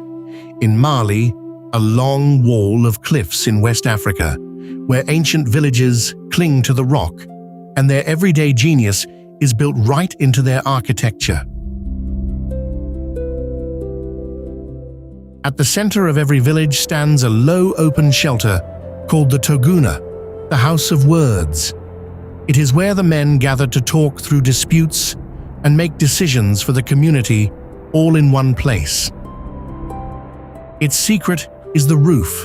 The Toguna is roofed with thick layers of millet stalk stacked so low that no one can stand up inside it. Everyone has to stay seated, and that is the point.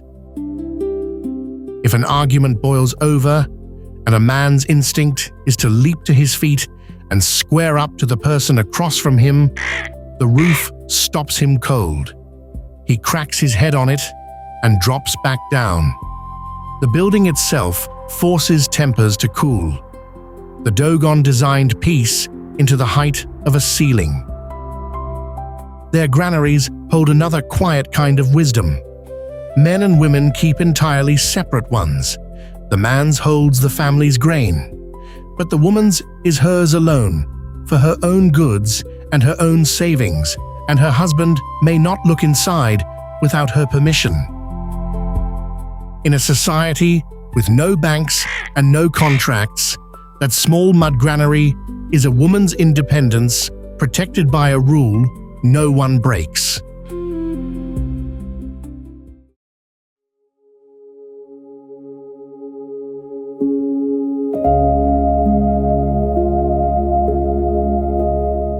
There is a bridge here. Not a famous bridge, not a tourist destination, just a bridge. Long, wide, made of concrete. About 1,300 feet from end to end, stretched across a deep gorge. And on this bridge, people live. Not under it, not beside it, on it.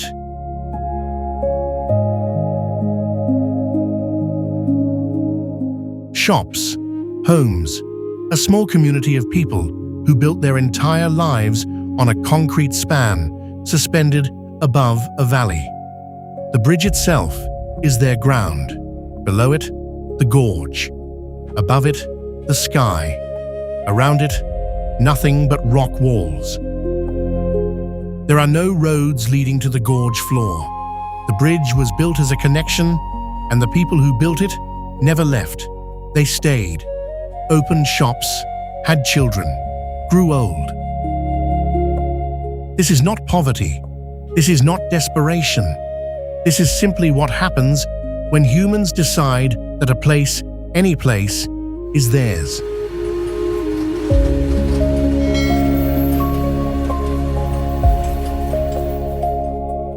Choosing a dangerous place to live is one thing.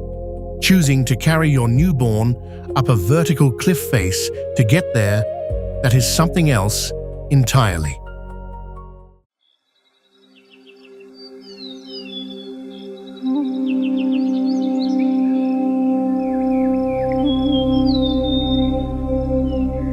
Deep in the karst mountains of Gwiju province, where the landscape breaks into formations that resist easy description, there are villages that cannot be reached by road. Not difficult to reach by road, physically unreachable by road, full stop. The Miao and Dong communities of this region, built on ledges in valleys sealed on three sides by vertical rock, at elevations that made conventional agriculture nearly impossible and contact with the outside world entirely seasonal. Stone houses, hand-cut terraces, narrow paths that fold back on themselves down cliff faces that would stop most people from descending, let alone carrying supplies up. Some of these settlements were cut off for months every winter, not metaphorically, not as a figure of speech. The path disappeared under ice and mud. The village disappeared from the outside world.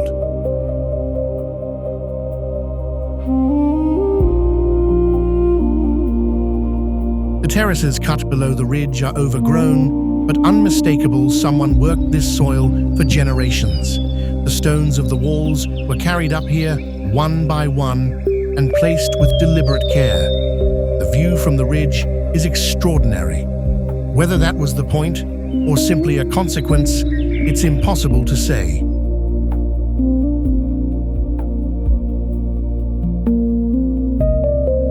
Someone chose this ridge, built on it, lived here long enough to build a hearth terrace, a hillside where a path into the stone. And then they left, without leaving an explanation. The path up has mostly grown back into the mountain. The ridge doesn't offer one.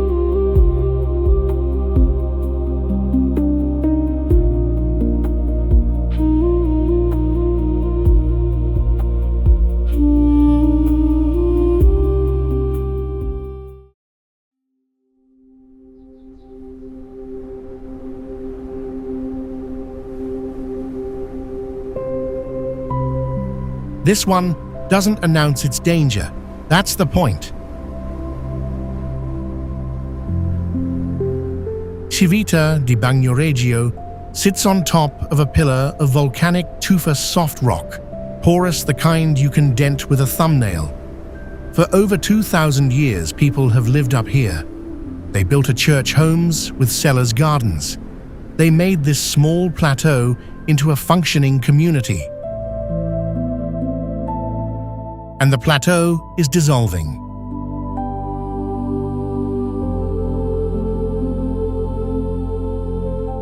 Every year, the edges fall away. Streets that existed a generation ago don't exist anymore. Houses have slipped off the edge, not dramatically, not all at once, but steadily, in the way that anything loses to erosion over enough time.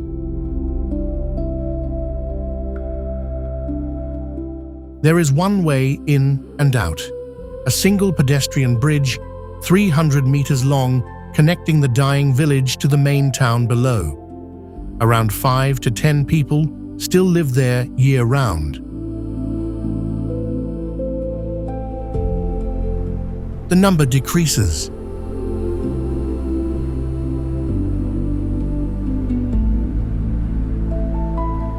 There's a saying locals repeat, "What Civita loses, it does not get back." Nobody argues with it.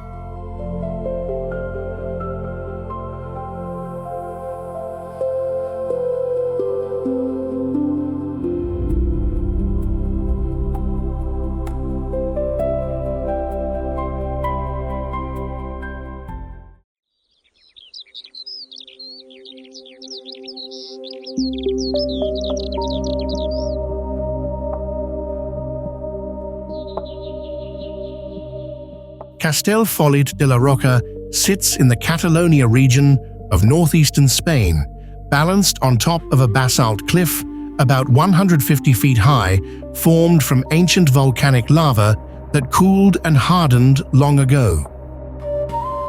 The whole village stretches barely half a mile along a razor-thin rock spine, and from a distance it looks like a great stone ship run aground on the edge of a precipice.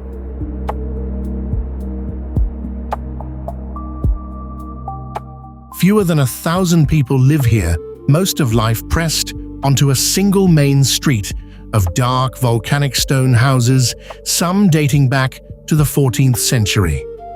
The village was founded in the Middle Ages, torn down and rebuilt through war after war, and it has never once let go of its cliff.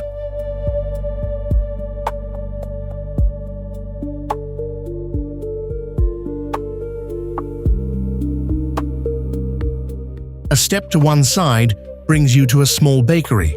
A step to the other drops you straight into the abyss. The locals joke that the houses here are built not only of stone, but of the nerve of the people who live in them.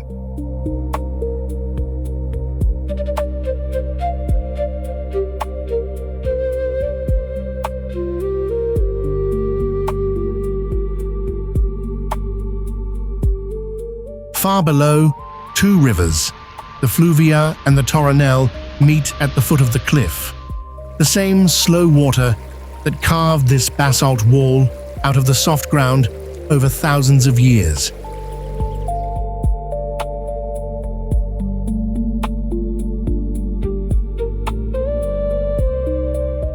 The whole village sits inside La Garrocha Natural Park, a landscape scattered with more than 40 dormant volcanoes, a reminder that the fire that made this rock is still sleeping all around it.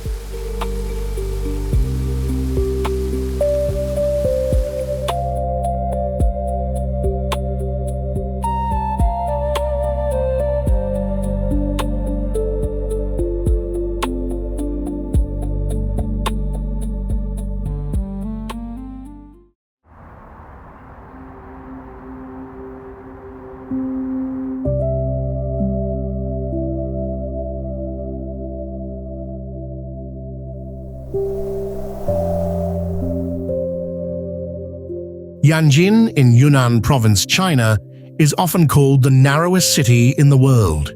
It is wedged into a steep river canyon along the Nanji River, and in many places, the usable ground is only a few hundred feet wide, sometimes less. The whole city is crammed into a crack in the mountains.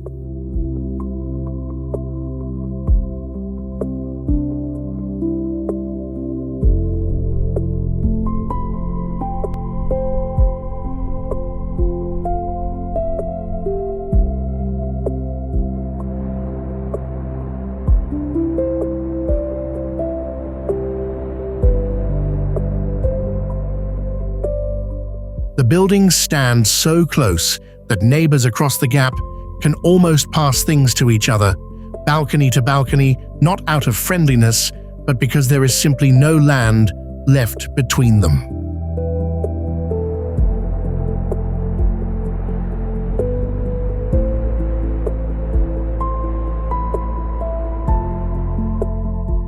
With no room to spread out, the city had only one direction to go up. High-rises climb along the riverbank on tall concrete stilts, and some apartment blocks are built straight on top of the bridges that cross the river because the bridge was the last empty space left.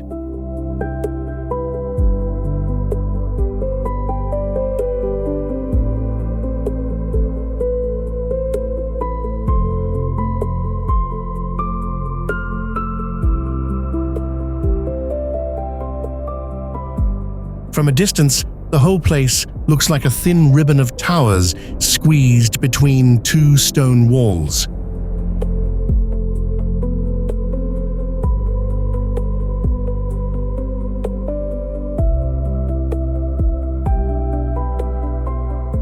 And yet more than 100,000 people call this narrow seam home, getting up for work and school every day with cliffs above them and a river running fast below.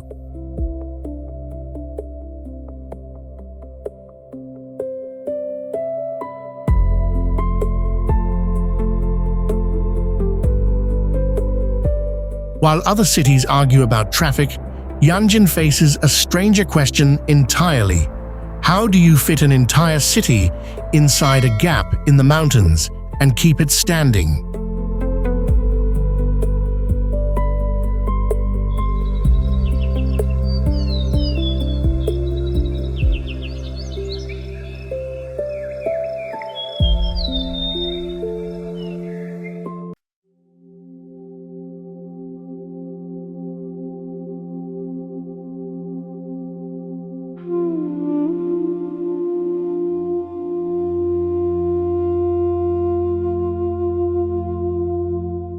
Majingo is a rock in Lake Victoria, roughly the size of half a soccer field with around 500 people on it.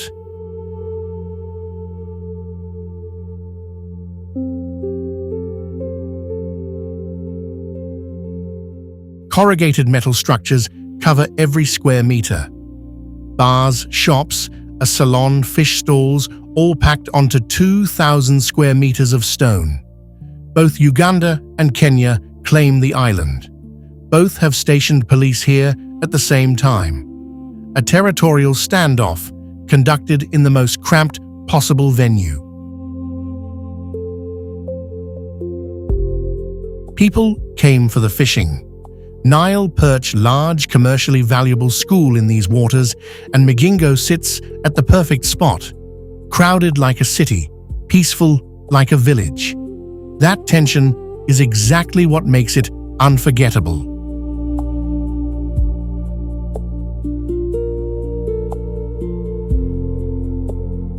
One last thing about Majingo, because the island belongs to whoever controls it, on any given day, the tax situation is genuinely complicated. Fishermen have been taxed by both Uganda and Kenya in the same week. On an island with 500 people and no room to add a single building, two countries are still arguing about who owns it. That tells you something about how much the fish are worth and how much a piece of rock in the right place can matter.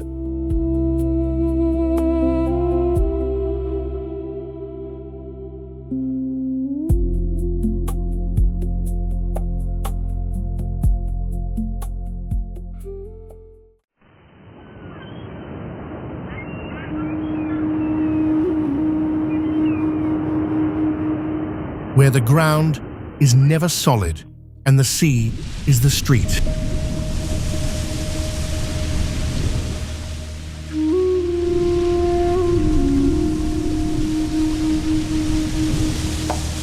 Before we talk about where they live, let me tell you about something inside their bodies.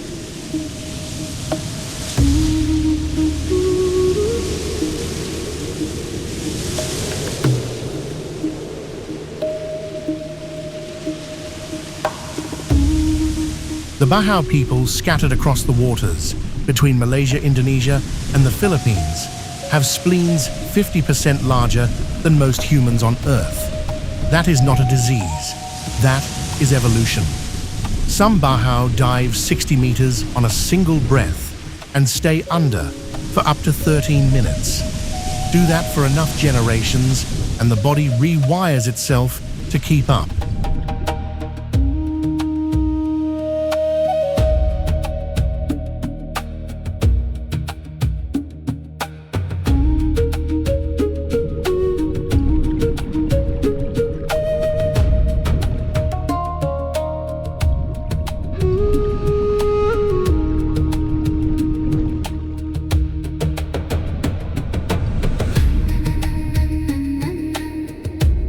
Their homes are wooden stilt houses built directly above the sea. No roads. Children learn to swim before they walk. The coral triangle they call home holds 76% of all known coral species on Earth. The ocean equivalent of the Amazon and the Bajau have been its most intimate inhabitants for over 1,000 years. A few elders reportedly get seasick when they step ashore. The land makes them ill. Imagine being so completely at home on the ocean that solid ground is the thing that feels wrong. That is what 1,000 years of choosing the sea does to a people. Their world floats, their identity floats, and somehow that is the most stable life they have ever known.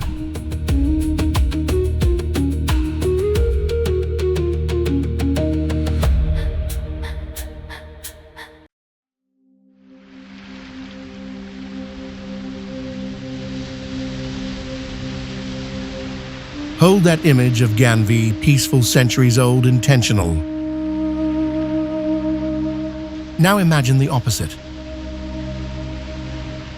Makoko is a floating settlement on the edge of Lagos, one of the most chaotic cities on Earth.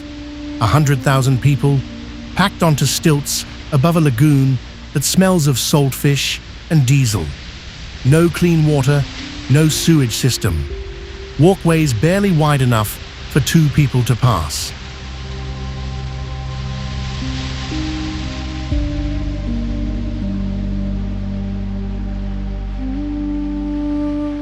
At night, the water reflects Lagos's skyline, and Makoko looks like a city floating inside another city. People stay because community here is real, and because a stilt house in Makoko costs almost nothing, while a room in Lagos proper costs a month's wages. For people from the Niger Delta, water is not hardship. Water is home. This is not a postcard. This is survival, dressed as permanence. But before we leave the water, the next community didn't just build on it. They built the water itself.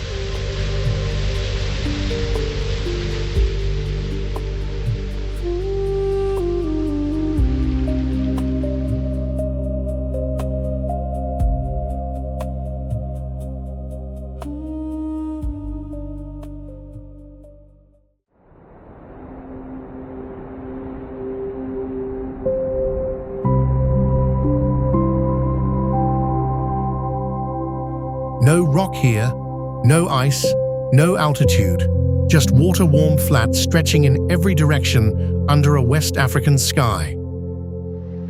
Ganvi is built on Lake Nokoué in southern Benin. Approximately 30,000 people live there. The houses are on stilts. The streets are waterways. Children learn to paddle before they learn to walk on land. The market operates from canoes. Vendors drifting between customers, no transaction requiring anyone to step onto solid ground. The city was founded in the 17th century for one reason: survival. The Dahomey Kingdom was supplying enslaved people to European traders, but their religious code prohibited crossing water to take captives. The lake was a legal boundary, so the Tofinu people moved onto it.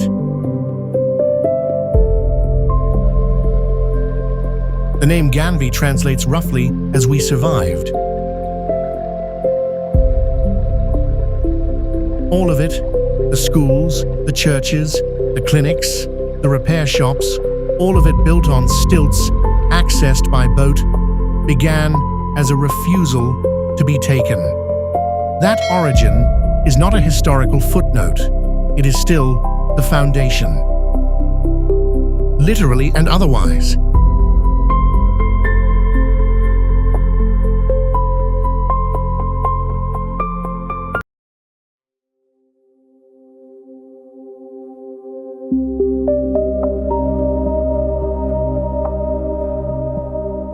Nzulezo, a village built entirely on stilts above Lake Amansuri.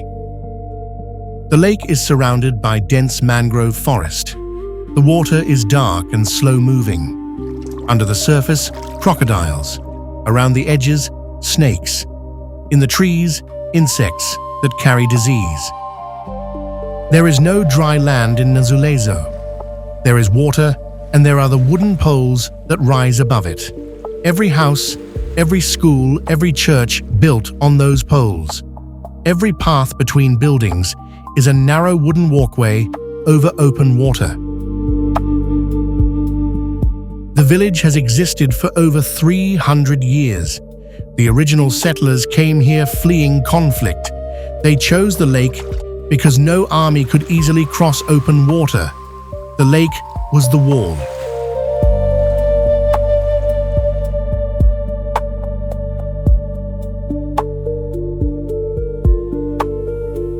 Children learn to handle canoes before they learn to read. There are no roads, no cars, just water wood and the sound of paddles.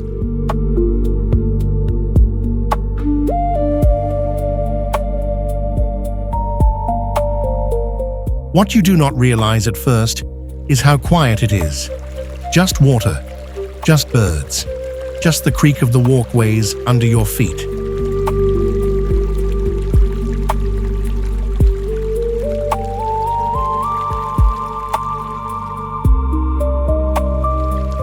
The water at Nzulezo is dangerous but still. The Tsarup River in India's Spiti Valley is dangerous and moving glacial fast, cold enough to kill within minutes, flowing directly under a monastery that has clung to the cliff above it since the 15th century.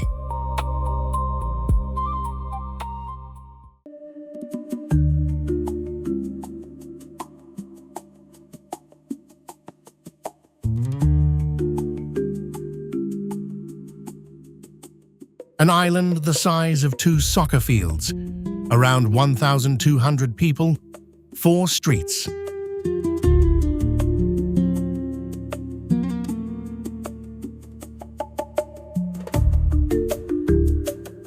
Santa Cruz del Islote is often called the most densely populated island on Earth.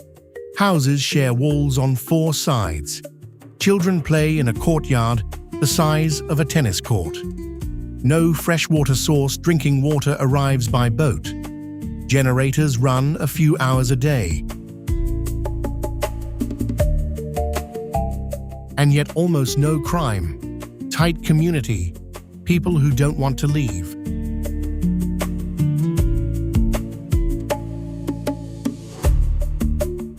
They were born here. Their parents were born here. The mainland is where you go for school or supplies, and then you come back. Because home is this, crowded, luminous, impossible.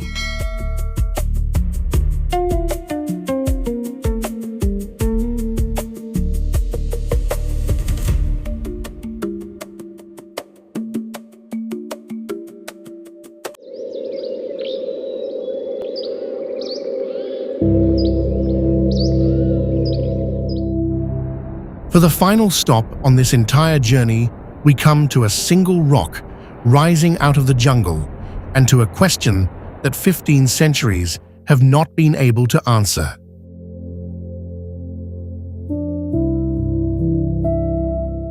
In the green heart of Sri Lanka, the flat forest is broken by one enormous block of stone, climbing roughly 600 feet straight up from the plain sheer on every side. It is called Sigiriya the Lion Rock, and it stands so alone, so abruptly, that local stories have long reached for the sky to explain it.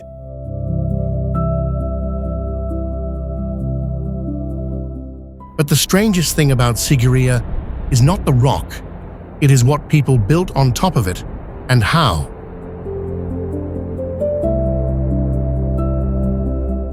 More than 1,500 years ago in the 5th century, a king named Kasyapa chose this impossible summit for his royal palace, not the foot of the rock, the top.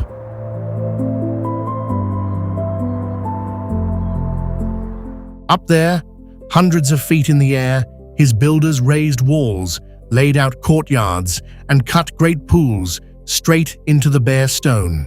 An entire palace in the clouds on a rock. Most people would hesitate to climb empty-handed.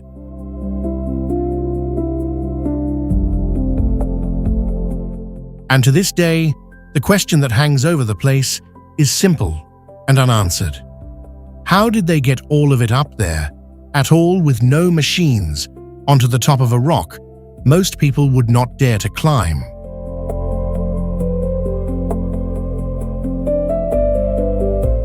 The climb still carries the marks of that ambition. Partway up where the path narrows, you pass through the Lion Gate, and all that remains of it now are two colossal stone paws carved on either side of the stairs, the last pieces of a giant lion whose open mouth visitors once walked straight through.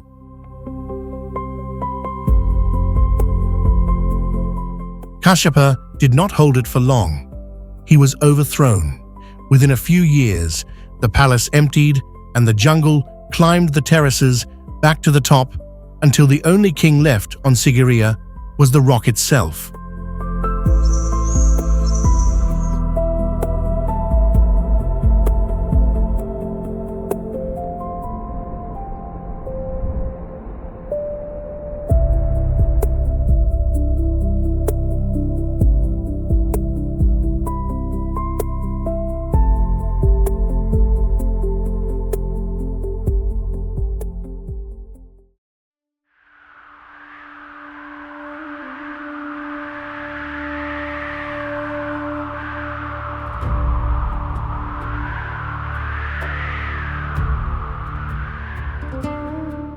The Roman siege ramp is still there on the western face of the mountain.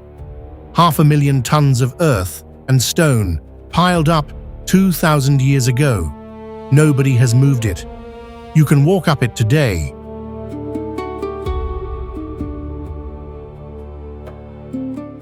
That alone tells you something about what happened here.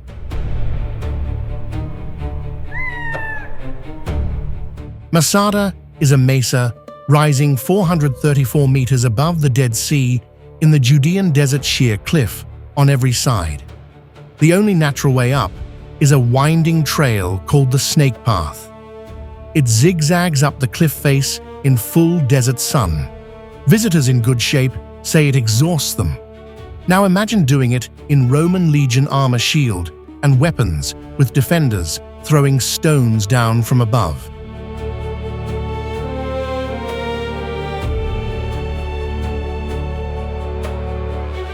The Romans did not try.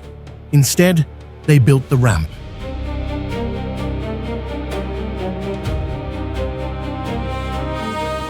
King Herod had built a palace complex on top in the 1st century BCE, complete with massive cisterns carved into the rock that could store years' worth of water.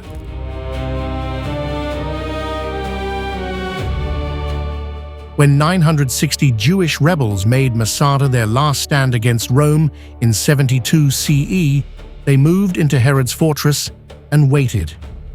From the summit, they watched the Roman 10th Legion build 8 camps around the mountain, one by one, until they were completely surrounded. That view has not changed.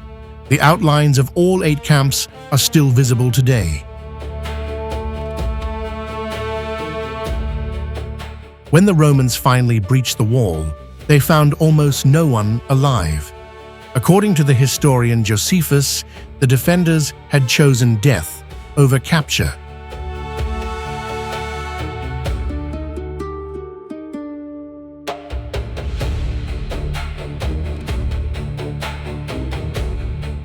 Only 28 bodies have ever been found at the site, not 960. In the Israel Museum in Jerusalem, behind glass, sits a braid of a woman's hair and a pair of sandals recovered from Masada. 2,000 years in the desert, still intact.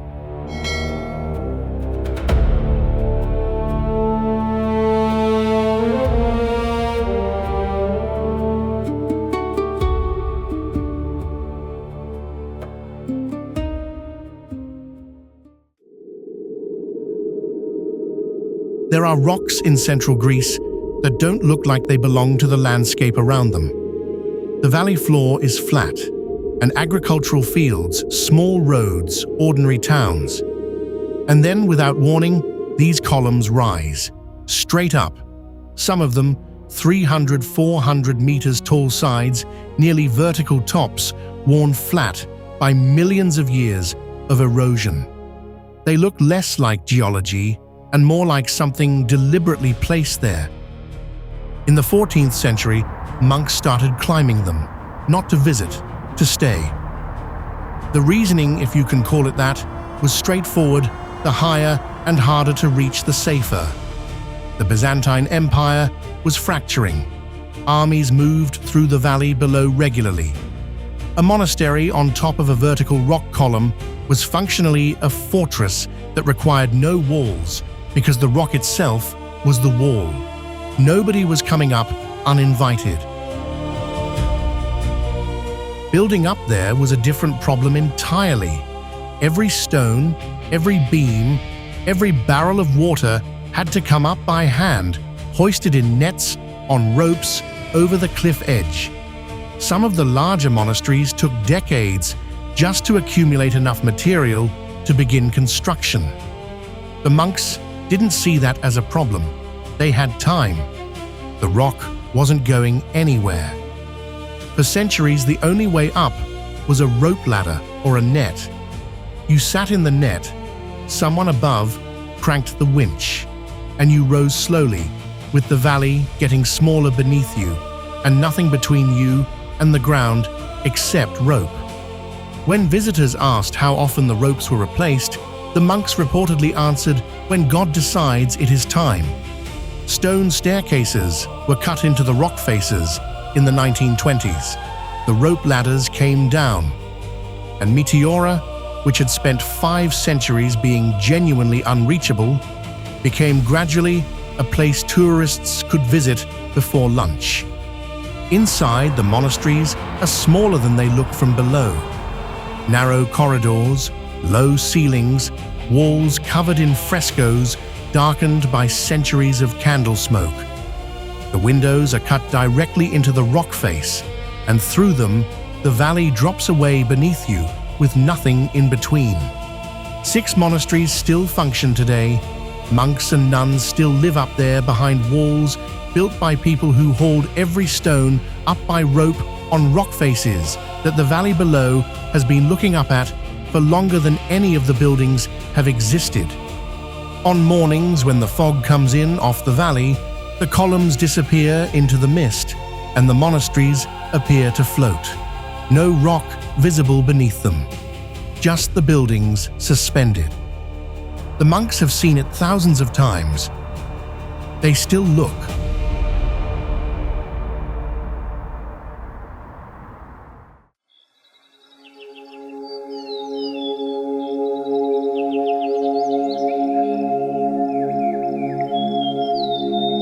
The volcano plug rises roughly 200 meters from the flat plain around Mount Popa in Myanmar.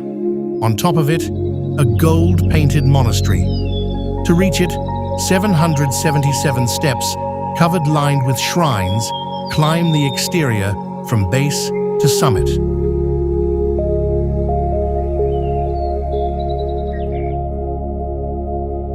But the steps aren't empty. Hundreds of macaque monkeys have lived on this mountain for generations. They move through the pilgrims without deference, take food, if left unattended, watch visitors with a calm that reads as territorial. They were here before the current structure. They know it. In Burmese tradition, Taung Kalat is home to Nat spirits, supernatural presences, requiring acknowledgement and respect. Offerings are left at specific points along the ascent.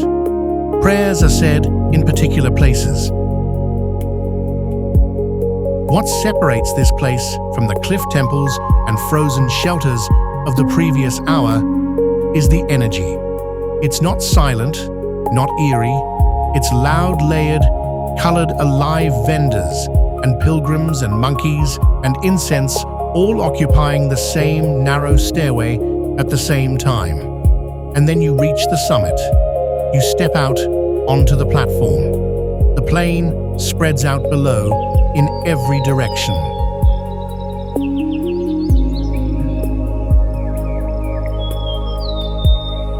And the noise of the ascent drops away completely.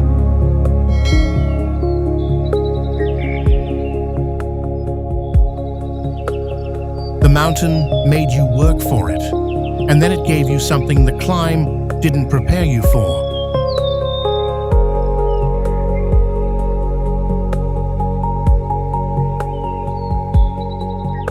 After dark, it lights up like a paper lantern, and it looks like a city of immortals lifted straight out of an old Chinese legend.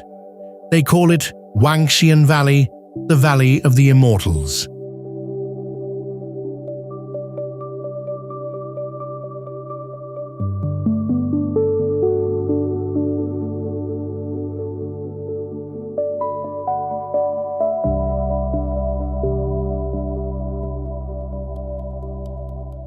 So, is it some lost ancient settlement? Here is the surprise. None of it is old. A few years ago, this canyon was a dead, abandoned quarry, stripped bare and left for ruined. Then someone poured a fortune into it and built this whole fairy tale city from nothing by hand to look 1,000 years old. It is one of the most beautiful fakes on Earth. And standing in it after dark, with the cliffs glowing gold above the black water, you stop caring whether it is real. It feels real enough, and that feels like the right place to stop. With the newest wonder in a country full of impossibly old ones.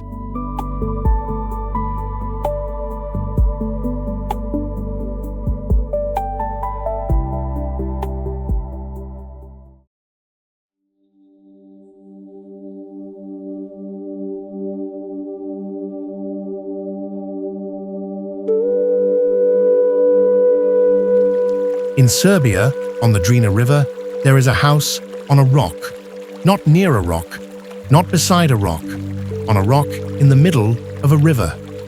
A single boulder, surrounded on all sides by fast-moving water. The house is small, 2 rooms, a wood roof, a door that faces downstream. It was first built in 1968 by a group of young men who found the rock and decided it would make a perfect place to swim and relax. They built a simple shelter. Then they added walls, then a roof, then they started staying overnight. And then the river flooded, and the house washed away. So they built it again. The river flooded again. The house washed away again. 7 times in total, the Drina River has taken this house.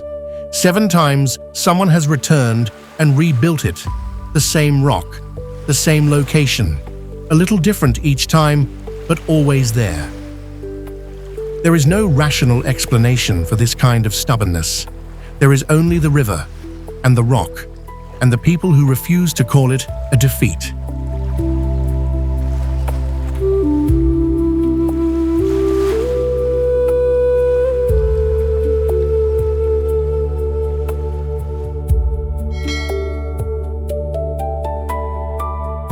In China's Hengshan Mountains, a temple has been hanging off a cliff since 491 AD. No bolts, no steel. Just wooden beams wedged into rock and a design so strange that the heavier it gets, the stronger it holds. A single mass of stone rising out of the Myrtoan Sea off the southeastern coast of the Peloponnese, 300 meters wide, a kilometer long, its plateau sitting 100 meters above the water. From certain angles, the cliffs drop straight into the sea with no visible sign that anything has ever been built there. The town is hidden on purpose, carved into the rock face on the side, facing away from the open water, invisible to anyone approaching from the wrong direction. There is one way in. A narrow causeway connects the rock to the mainland, 400 meters of road across the water, just wide enough for a single car. At the end of the causeway, a tunnel cut through the base of the rock leads to the gate. Beyond the gate, medieval streets, Byzantine churches, and a town that has been continuously inhabited since the 6th century.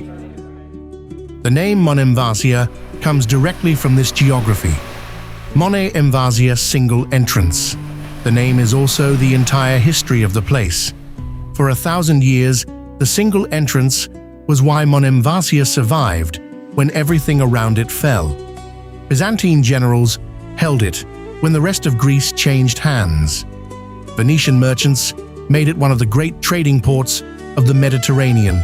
At its peak, the population reached 40,000. Ottomans besieged it for months and took it eventually, but only because the defenders ran out of food. The rock itself was never breached. Today, around 40 people live inside the walls year-round. They run boutique hotels converted from Byzantine and Venetian mansions, thick stone walls, low ceilings, windows that look out over the sea from rooms that have held people through every empire the Mediterranean has ever produced. The main street runs from the tunnel gate to the central square, lined with small cafes and shops selling local wine and honey. In the square, the 12th century cathedral of Christus El Komenos, Christ in chains, still stands its stone floor, worn smooth by 7 centuries of footsteps. Above the lower town, a steep path climbs to the upper plateau. Up there, the Byzantine citadel has been empty for centuries, stone walls open to the sky churches with their roofs gone wild, vegetation growing through the floors. The view from the top looks south over open Mediterranean, with nothing between the rock and the horizon. On a clear day, it feels like the edge of the world. At sunset, the stone turns. The warm amber of the walls shifts toward lavender as the light drops, the reason locals have long called it the Violet City. The cafes fill. The tourists who came for the day begin making their way back through the tunnel to the causeway. The 40 people who live here stay behind, as they always have. Inside the single entrance on a rock, the sea has been trying to reclaim for 1,600 years. On the western edge of the Faroe Islands, the village of Gsadalur sits on a plateau about 170 meters above the ocean. Below it, the cliffs drop straight down into the North Atlantic. No beach, no gradual slope, just the edge, and then the sea. This remote village is small enough that you can walk from one end to the other in a few minutes. The houses cluster near the plateau, edge their grass rooftops, catching the spray that drifts up from the cliffs below. For most of the 20th century, the only way in or out of this isolated village was on foot, a mountain path over the ridge separating Gsadalur from the rest of the island. No road, no vehicle access. Everything that came into the village came in on someone's back: food, building materials, mail, medical supplies. If you needed a doctor, you walked. If the weather closed the path, you waited. And it does, regularly, for days at a time. A tunnel was finally blasted through the mountain in 2004. It took until 2004 for this village to get a road. The houses here have grass growing on the roofs, not as decoration. The turf acts as insulation and weight, holding the whole house down against winds that regularly exceed 100 kilometers per hour. The pharaohs have been building roofs this way for 1,000 years because the alternative is watching your roof disappear into the ocean. On the worst days, the spray from the waves below carries all the way up the cliff face. The grass on the rooftops is permanently stained with salt. Just at the edge of the village, a waterfall drops off the cliff, directly into the sea. Not into a river, not into a pool, straight off the plateau edge, 40 meters down, into open water. When the wind is strong enough, the waterfall doesn't fall at all. The water gets caught mid-air and blown back up over the village in a fine mist. The locals have seen it so many times, they don't look up anymore. That waterfall is why most people have heard of Gassadalur at all. Drone footage of it spread across the internet, and suddenly, this village became one of the most photographed places in the North Atlantic. Tour boats started coming. Day visitors arrived through the new tunnel. The village that spent a century cut off from the world became in the span of a decade a destination. Whether that's better is a question nobody here seems to have fully settled.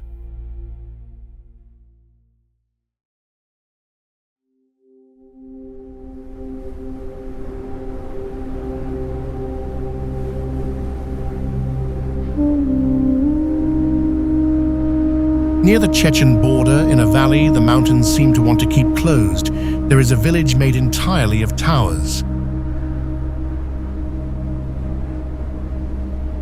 Not a village with a tower, not a village near towers, a village where the towers are the houses, medieval stone structures, 4 to 6 stories tall, built flush against each other, so the whole settlement forms a single defensive mass.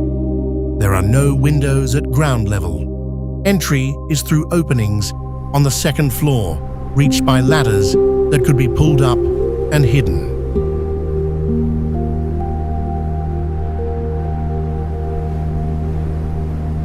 The mountain border was violent for centuries. Raids came from multiple directions without warning. Chantilly was built to be retreated through floor by floor. If the enemy took the ground level, you went up. If they took the second floor, you went up again. A tower was simultaneously a last resort and a first home.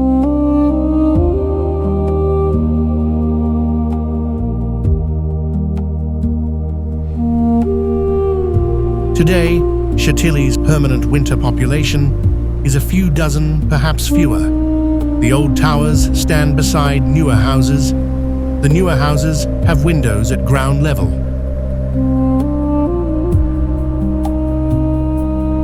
Stand in Chantilly in autumn, the slopes turning the towers dark against the trees, and you feel the logic of a community that built its entire architecture around one question.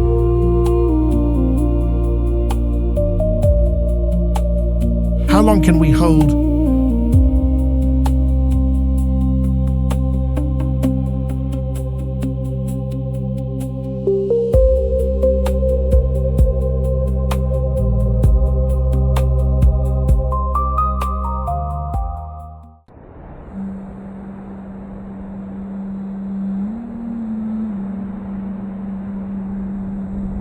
The hills of Chin State in western Myanmar are not hills.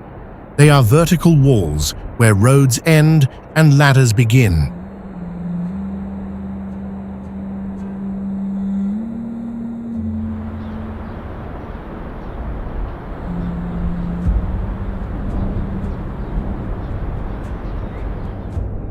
The Chin people have lived on these slopes for centuries, homes on bamboo stilts spiked into hillsides at angles that look structurally impossible.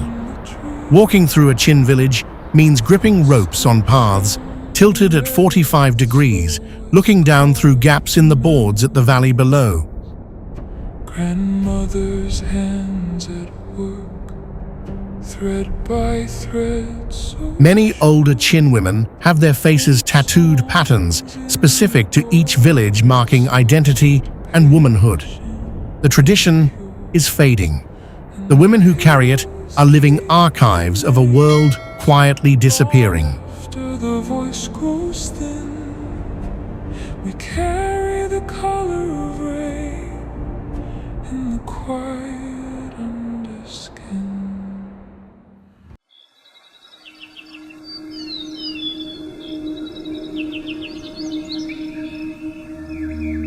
Iruya, Salta, provincia Argentina.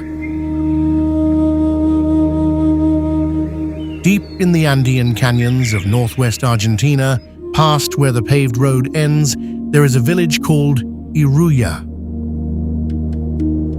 The drive up is where careful drivers go quiet. At 4,000 meters of altitude, the road narrows to a single lane with no guardrail. On one side, the mountain. On the other, several hundred meters of open air. And at the bottom, the rust-red Iruya River.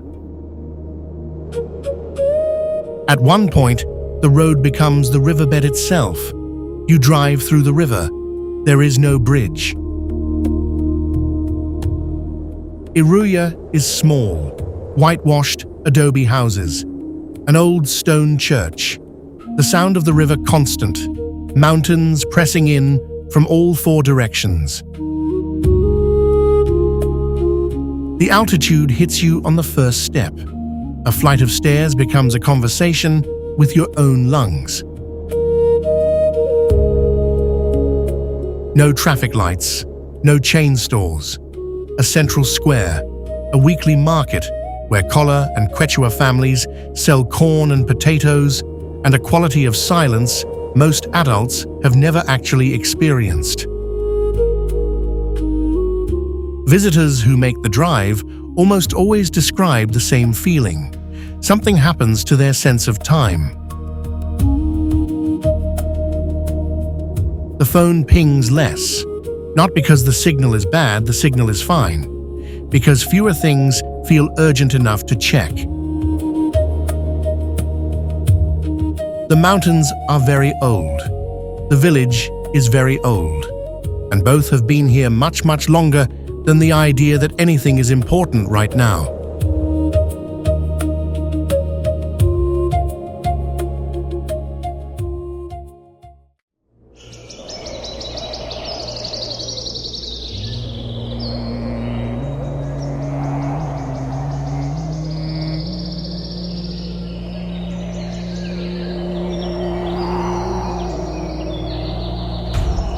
At 2,200 meters in the Caucasus Mountains of Georgia, the country, not the American state, sits one of the highest continuously inhabited settlements in Europe. Old hands, rough hands, hold the fire close. The wind takes names it cannot. Ushkuli is famous for its medieval stone towers, built in the 12th century by local clans watching for raids from neighboring valleys. Some towers still stand 20 meters tall, right next to homes people live in today. Snow, one voice, then 10 rise again. The road in is unpaved and regularly washed out. For months in winter, the village is completely cut off. The people who stay are a particular kind of stubborn. Their grandparents were here, their towers are still standing. What exactly is the problem?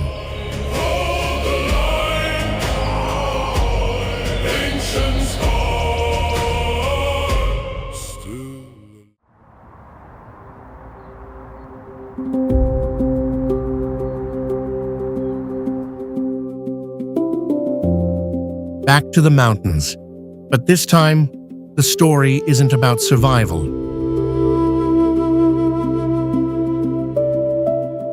It's administrative.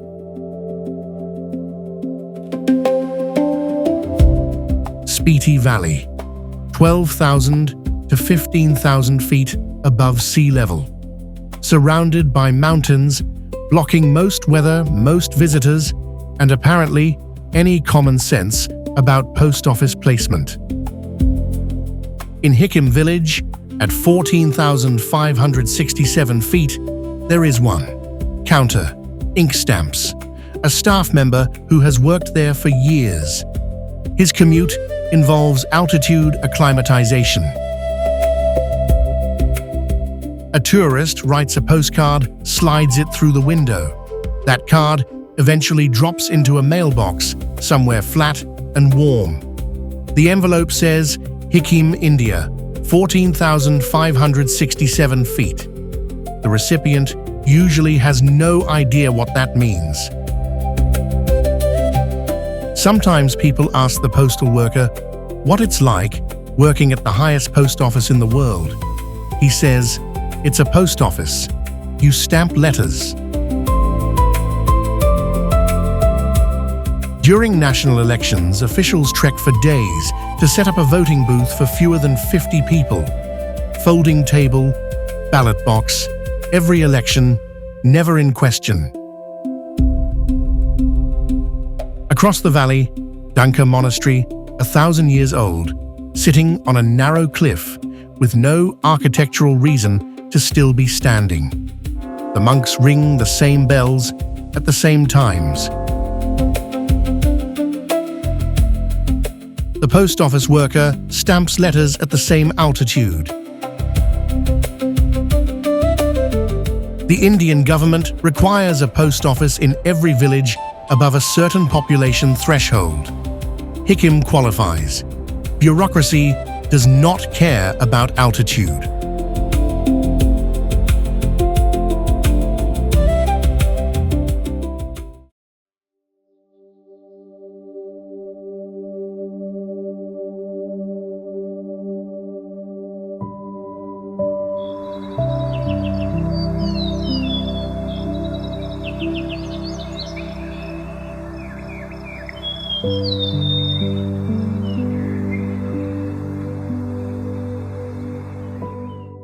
Mawson Ram, a village in the Meghalaya hills of northeastern India, holds the Guinness record as the wettest place on Earth, with close to 40 feet of rain in an average year, about 10 times what falls on New York.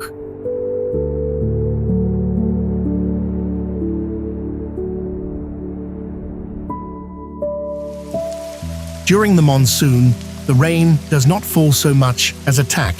Driven by winds so strong, an ordinary umbrella is torn inside out within seconds of stepping outside.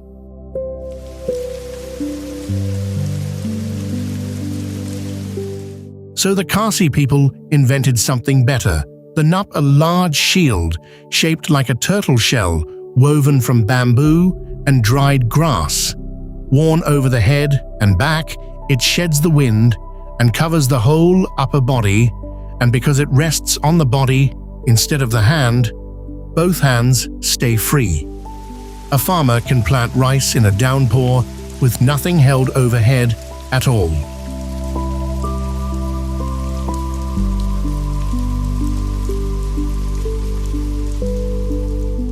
And then there is the strangest part. Despite all that water, Mawson Ram runs dry every year. The steep rocky hills cannot hold the rain. It races down the slopes and drains into the plains below, and by the dry season, the taps go quiet. The wettest place on Earth spends half the year thirsty. Their answer grows out of the land itself. By guiding the roots of the rubber tree across the rivers over many years, the Khasi have grown living bridges of root strong enough to carry dozens of people. Some are over 500 years old. They never rot and never rust. Every year, as the roots thicken, they only grow stronger.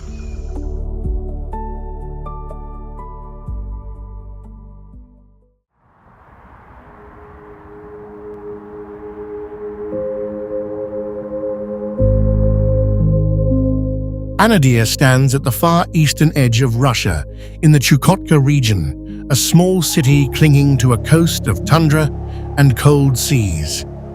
Getting here is its own ordeal. Travel leans heavily on aircraft, and flights bend to unstable weather and long stretches of frozen conditions.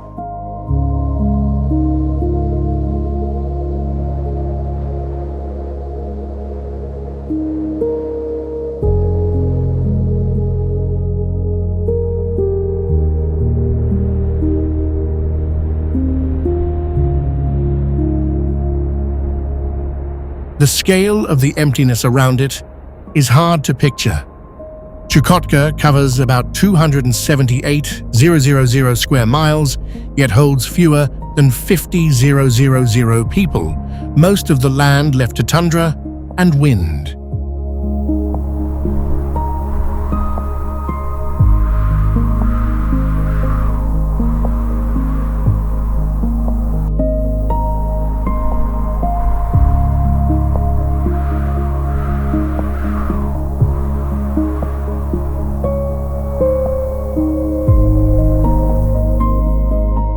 The buildings themselves are a clue to the ground they sit on. Many are raised on concrete piles because the warmth of a house can thaw the permafrost below and buckle the earth out from under it. To fight the long grey winters, residents paint the blocks in bright blues, reds and yellows so that from the air, Russia's easternmost city glows like scattered confetti against the snow.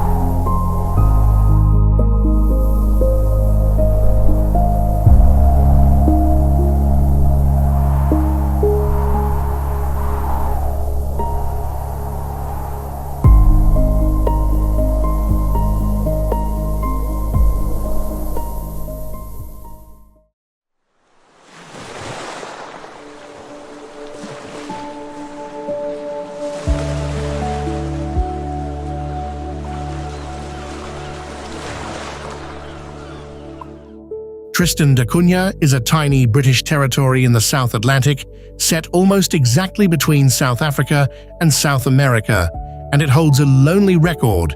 It is the most remote inhabited island on Earth. The nearest neighbor with any real population is St. Helena, the island where Napoleon was exiled, and that is still 1,500 miles of open ocean away. There is no airport. There is no way to fly in or out. The only way to reach Tristan is by ship, 6 days each way from Cape Town, through some of the roughest seas on the planet, and supply boats come only a few times a year. If you fall seriously ill here, you wait for a ship. About 250 people live in the single settlement with the wonderful name Edinburgh of the Seven Seas, and nearly all of them descend from a handful of original settlers. Most share one of just 7 surnames. Meet someone on Tristan, and you are almost certainly meeting a cousin. And here is the thing, they decided at the very edge of the world. No one owns land. Not a single square foot. All of it is held in common, and no amount of money can buy a piece of it. A fisherman and a millionaire stand on exactly equal ground. Several times a year, the whole island stops for what they call Potato Patches Day, when every able person rides out together to plant or dig the fields that feed everyone. The potatoes feed them all, so they all plant them. In the most isolated community on Earth, the answer to survival was never to compete harder. It was to stop competing at all.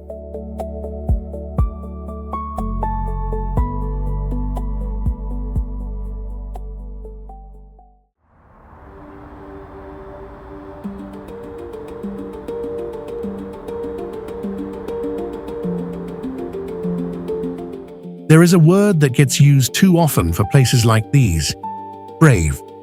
As if choosing to live somewhere difficult is a single decision made once from a position of complete freedom.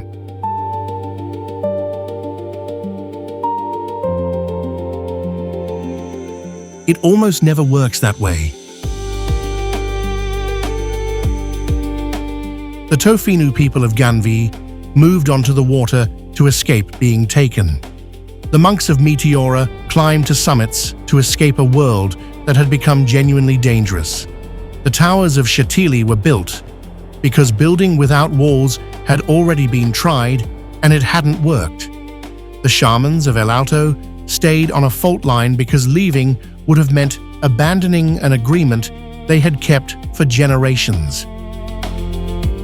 What looks from the outside like defiance of nature, it usually started somewhere much simpler: survival, faith, the specific absence of better options. And then over time, something changed in almost every case. The water wasn't just where the Euros lived.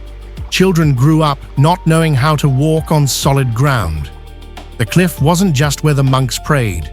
The climb became what made the prayer feel earned. The place stopped being the solution and started being the reason. When the people of Tristan da Cunha came back from England, when they chose a known volcano over a comfortable country, they weren't making an irrational decision. They were saying something precise about what home actually means. Not safety, not ease, not the absence of risk. Something that turns out to be much harder to describe and much harder to leave. These 20 places were built at the limits of what's sustainable, at the edge of what the ground will hold. And the people who built them, who live in them, who stay in them when every reasonable argument says otherwise. They are not extremists, not adventurers, not cautionary tales. They are people who found somewhere that asked everything of them and decided that was the right kind of place to call home.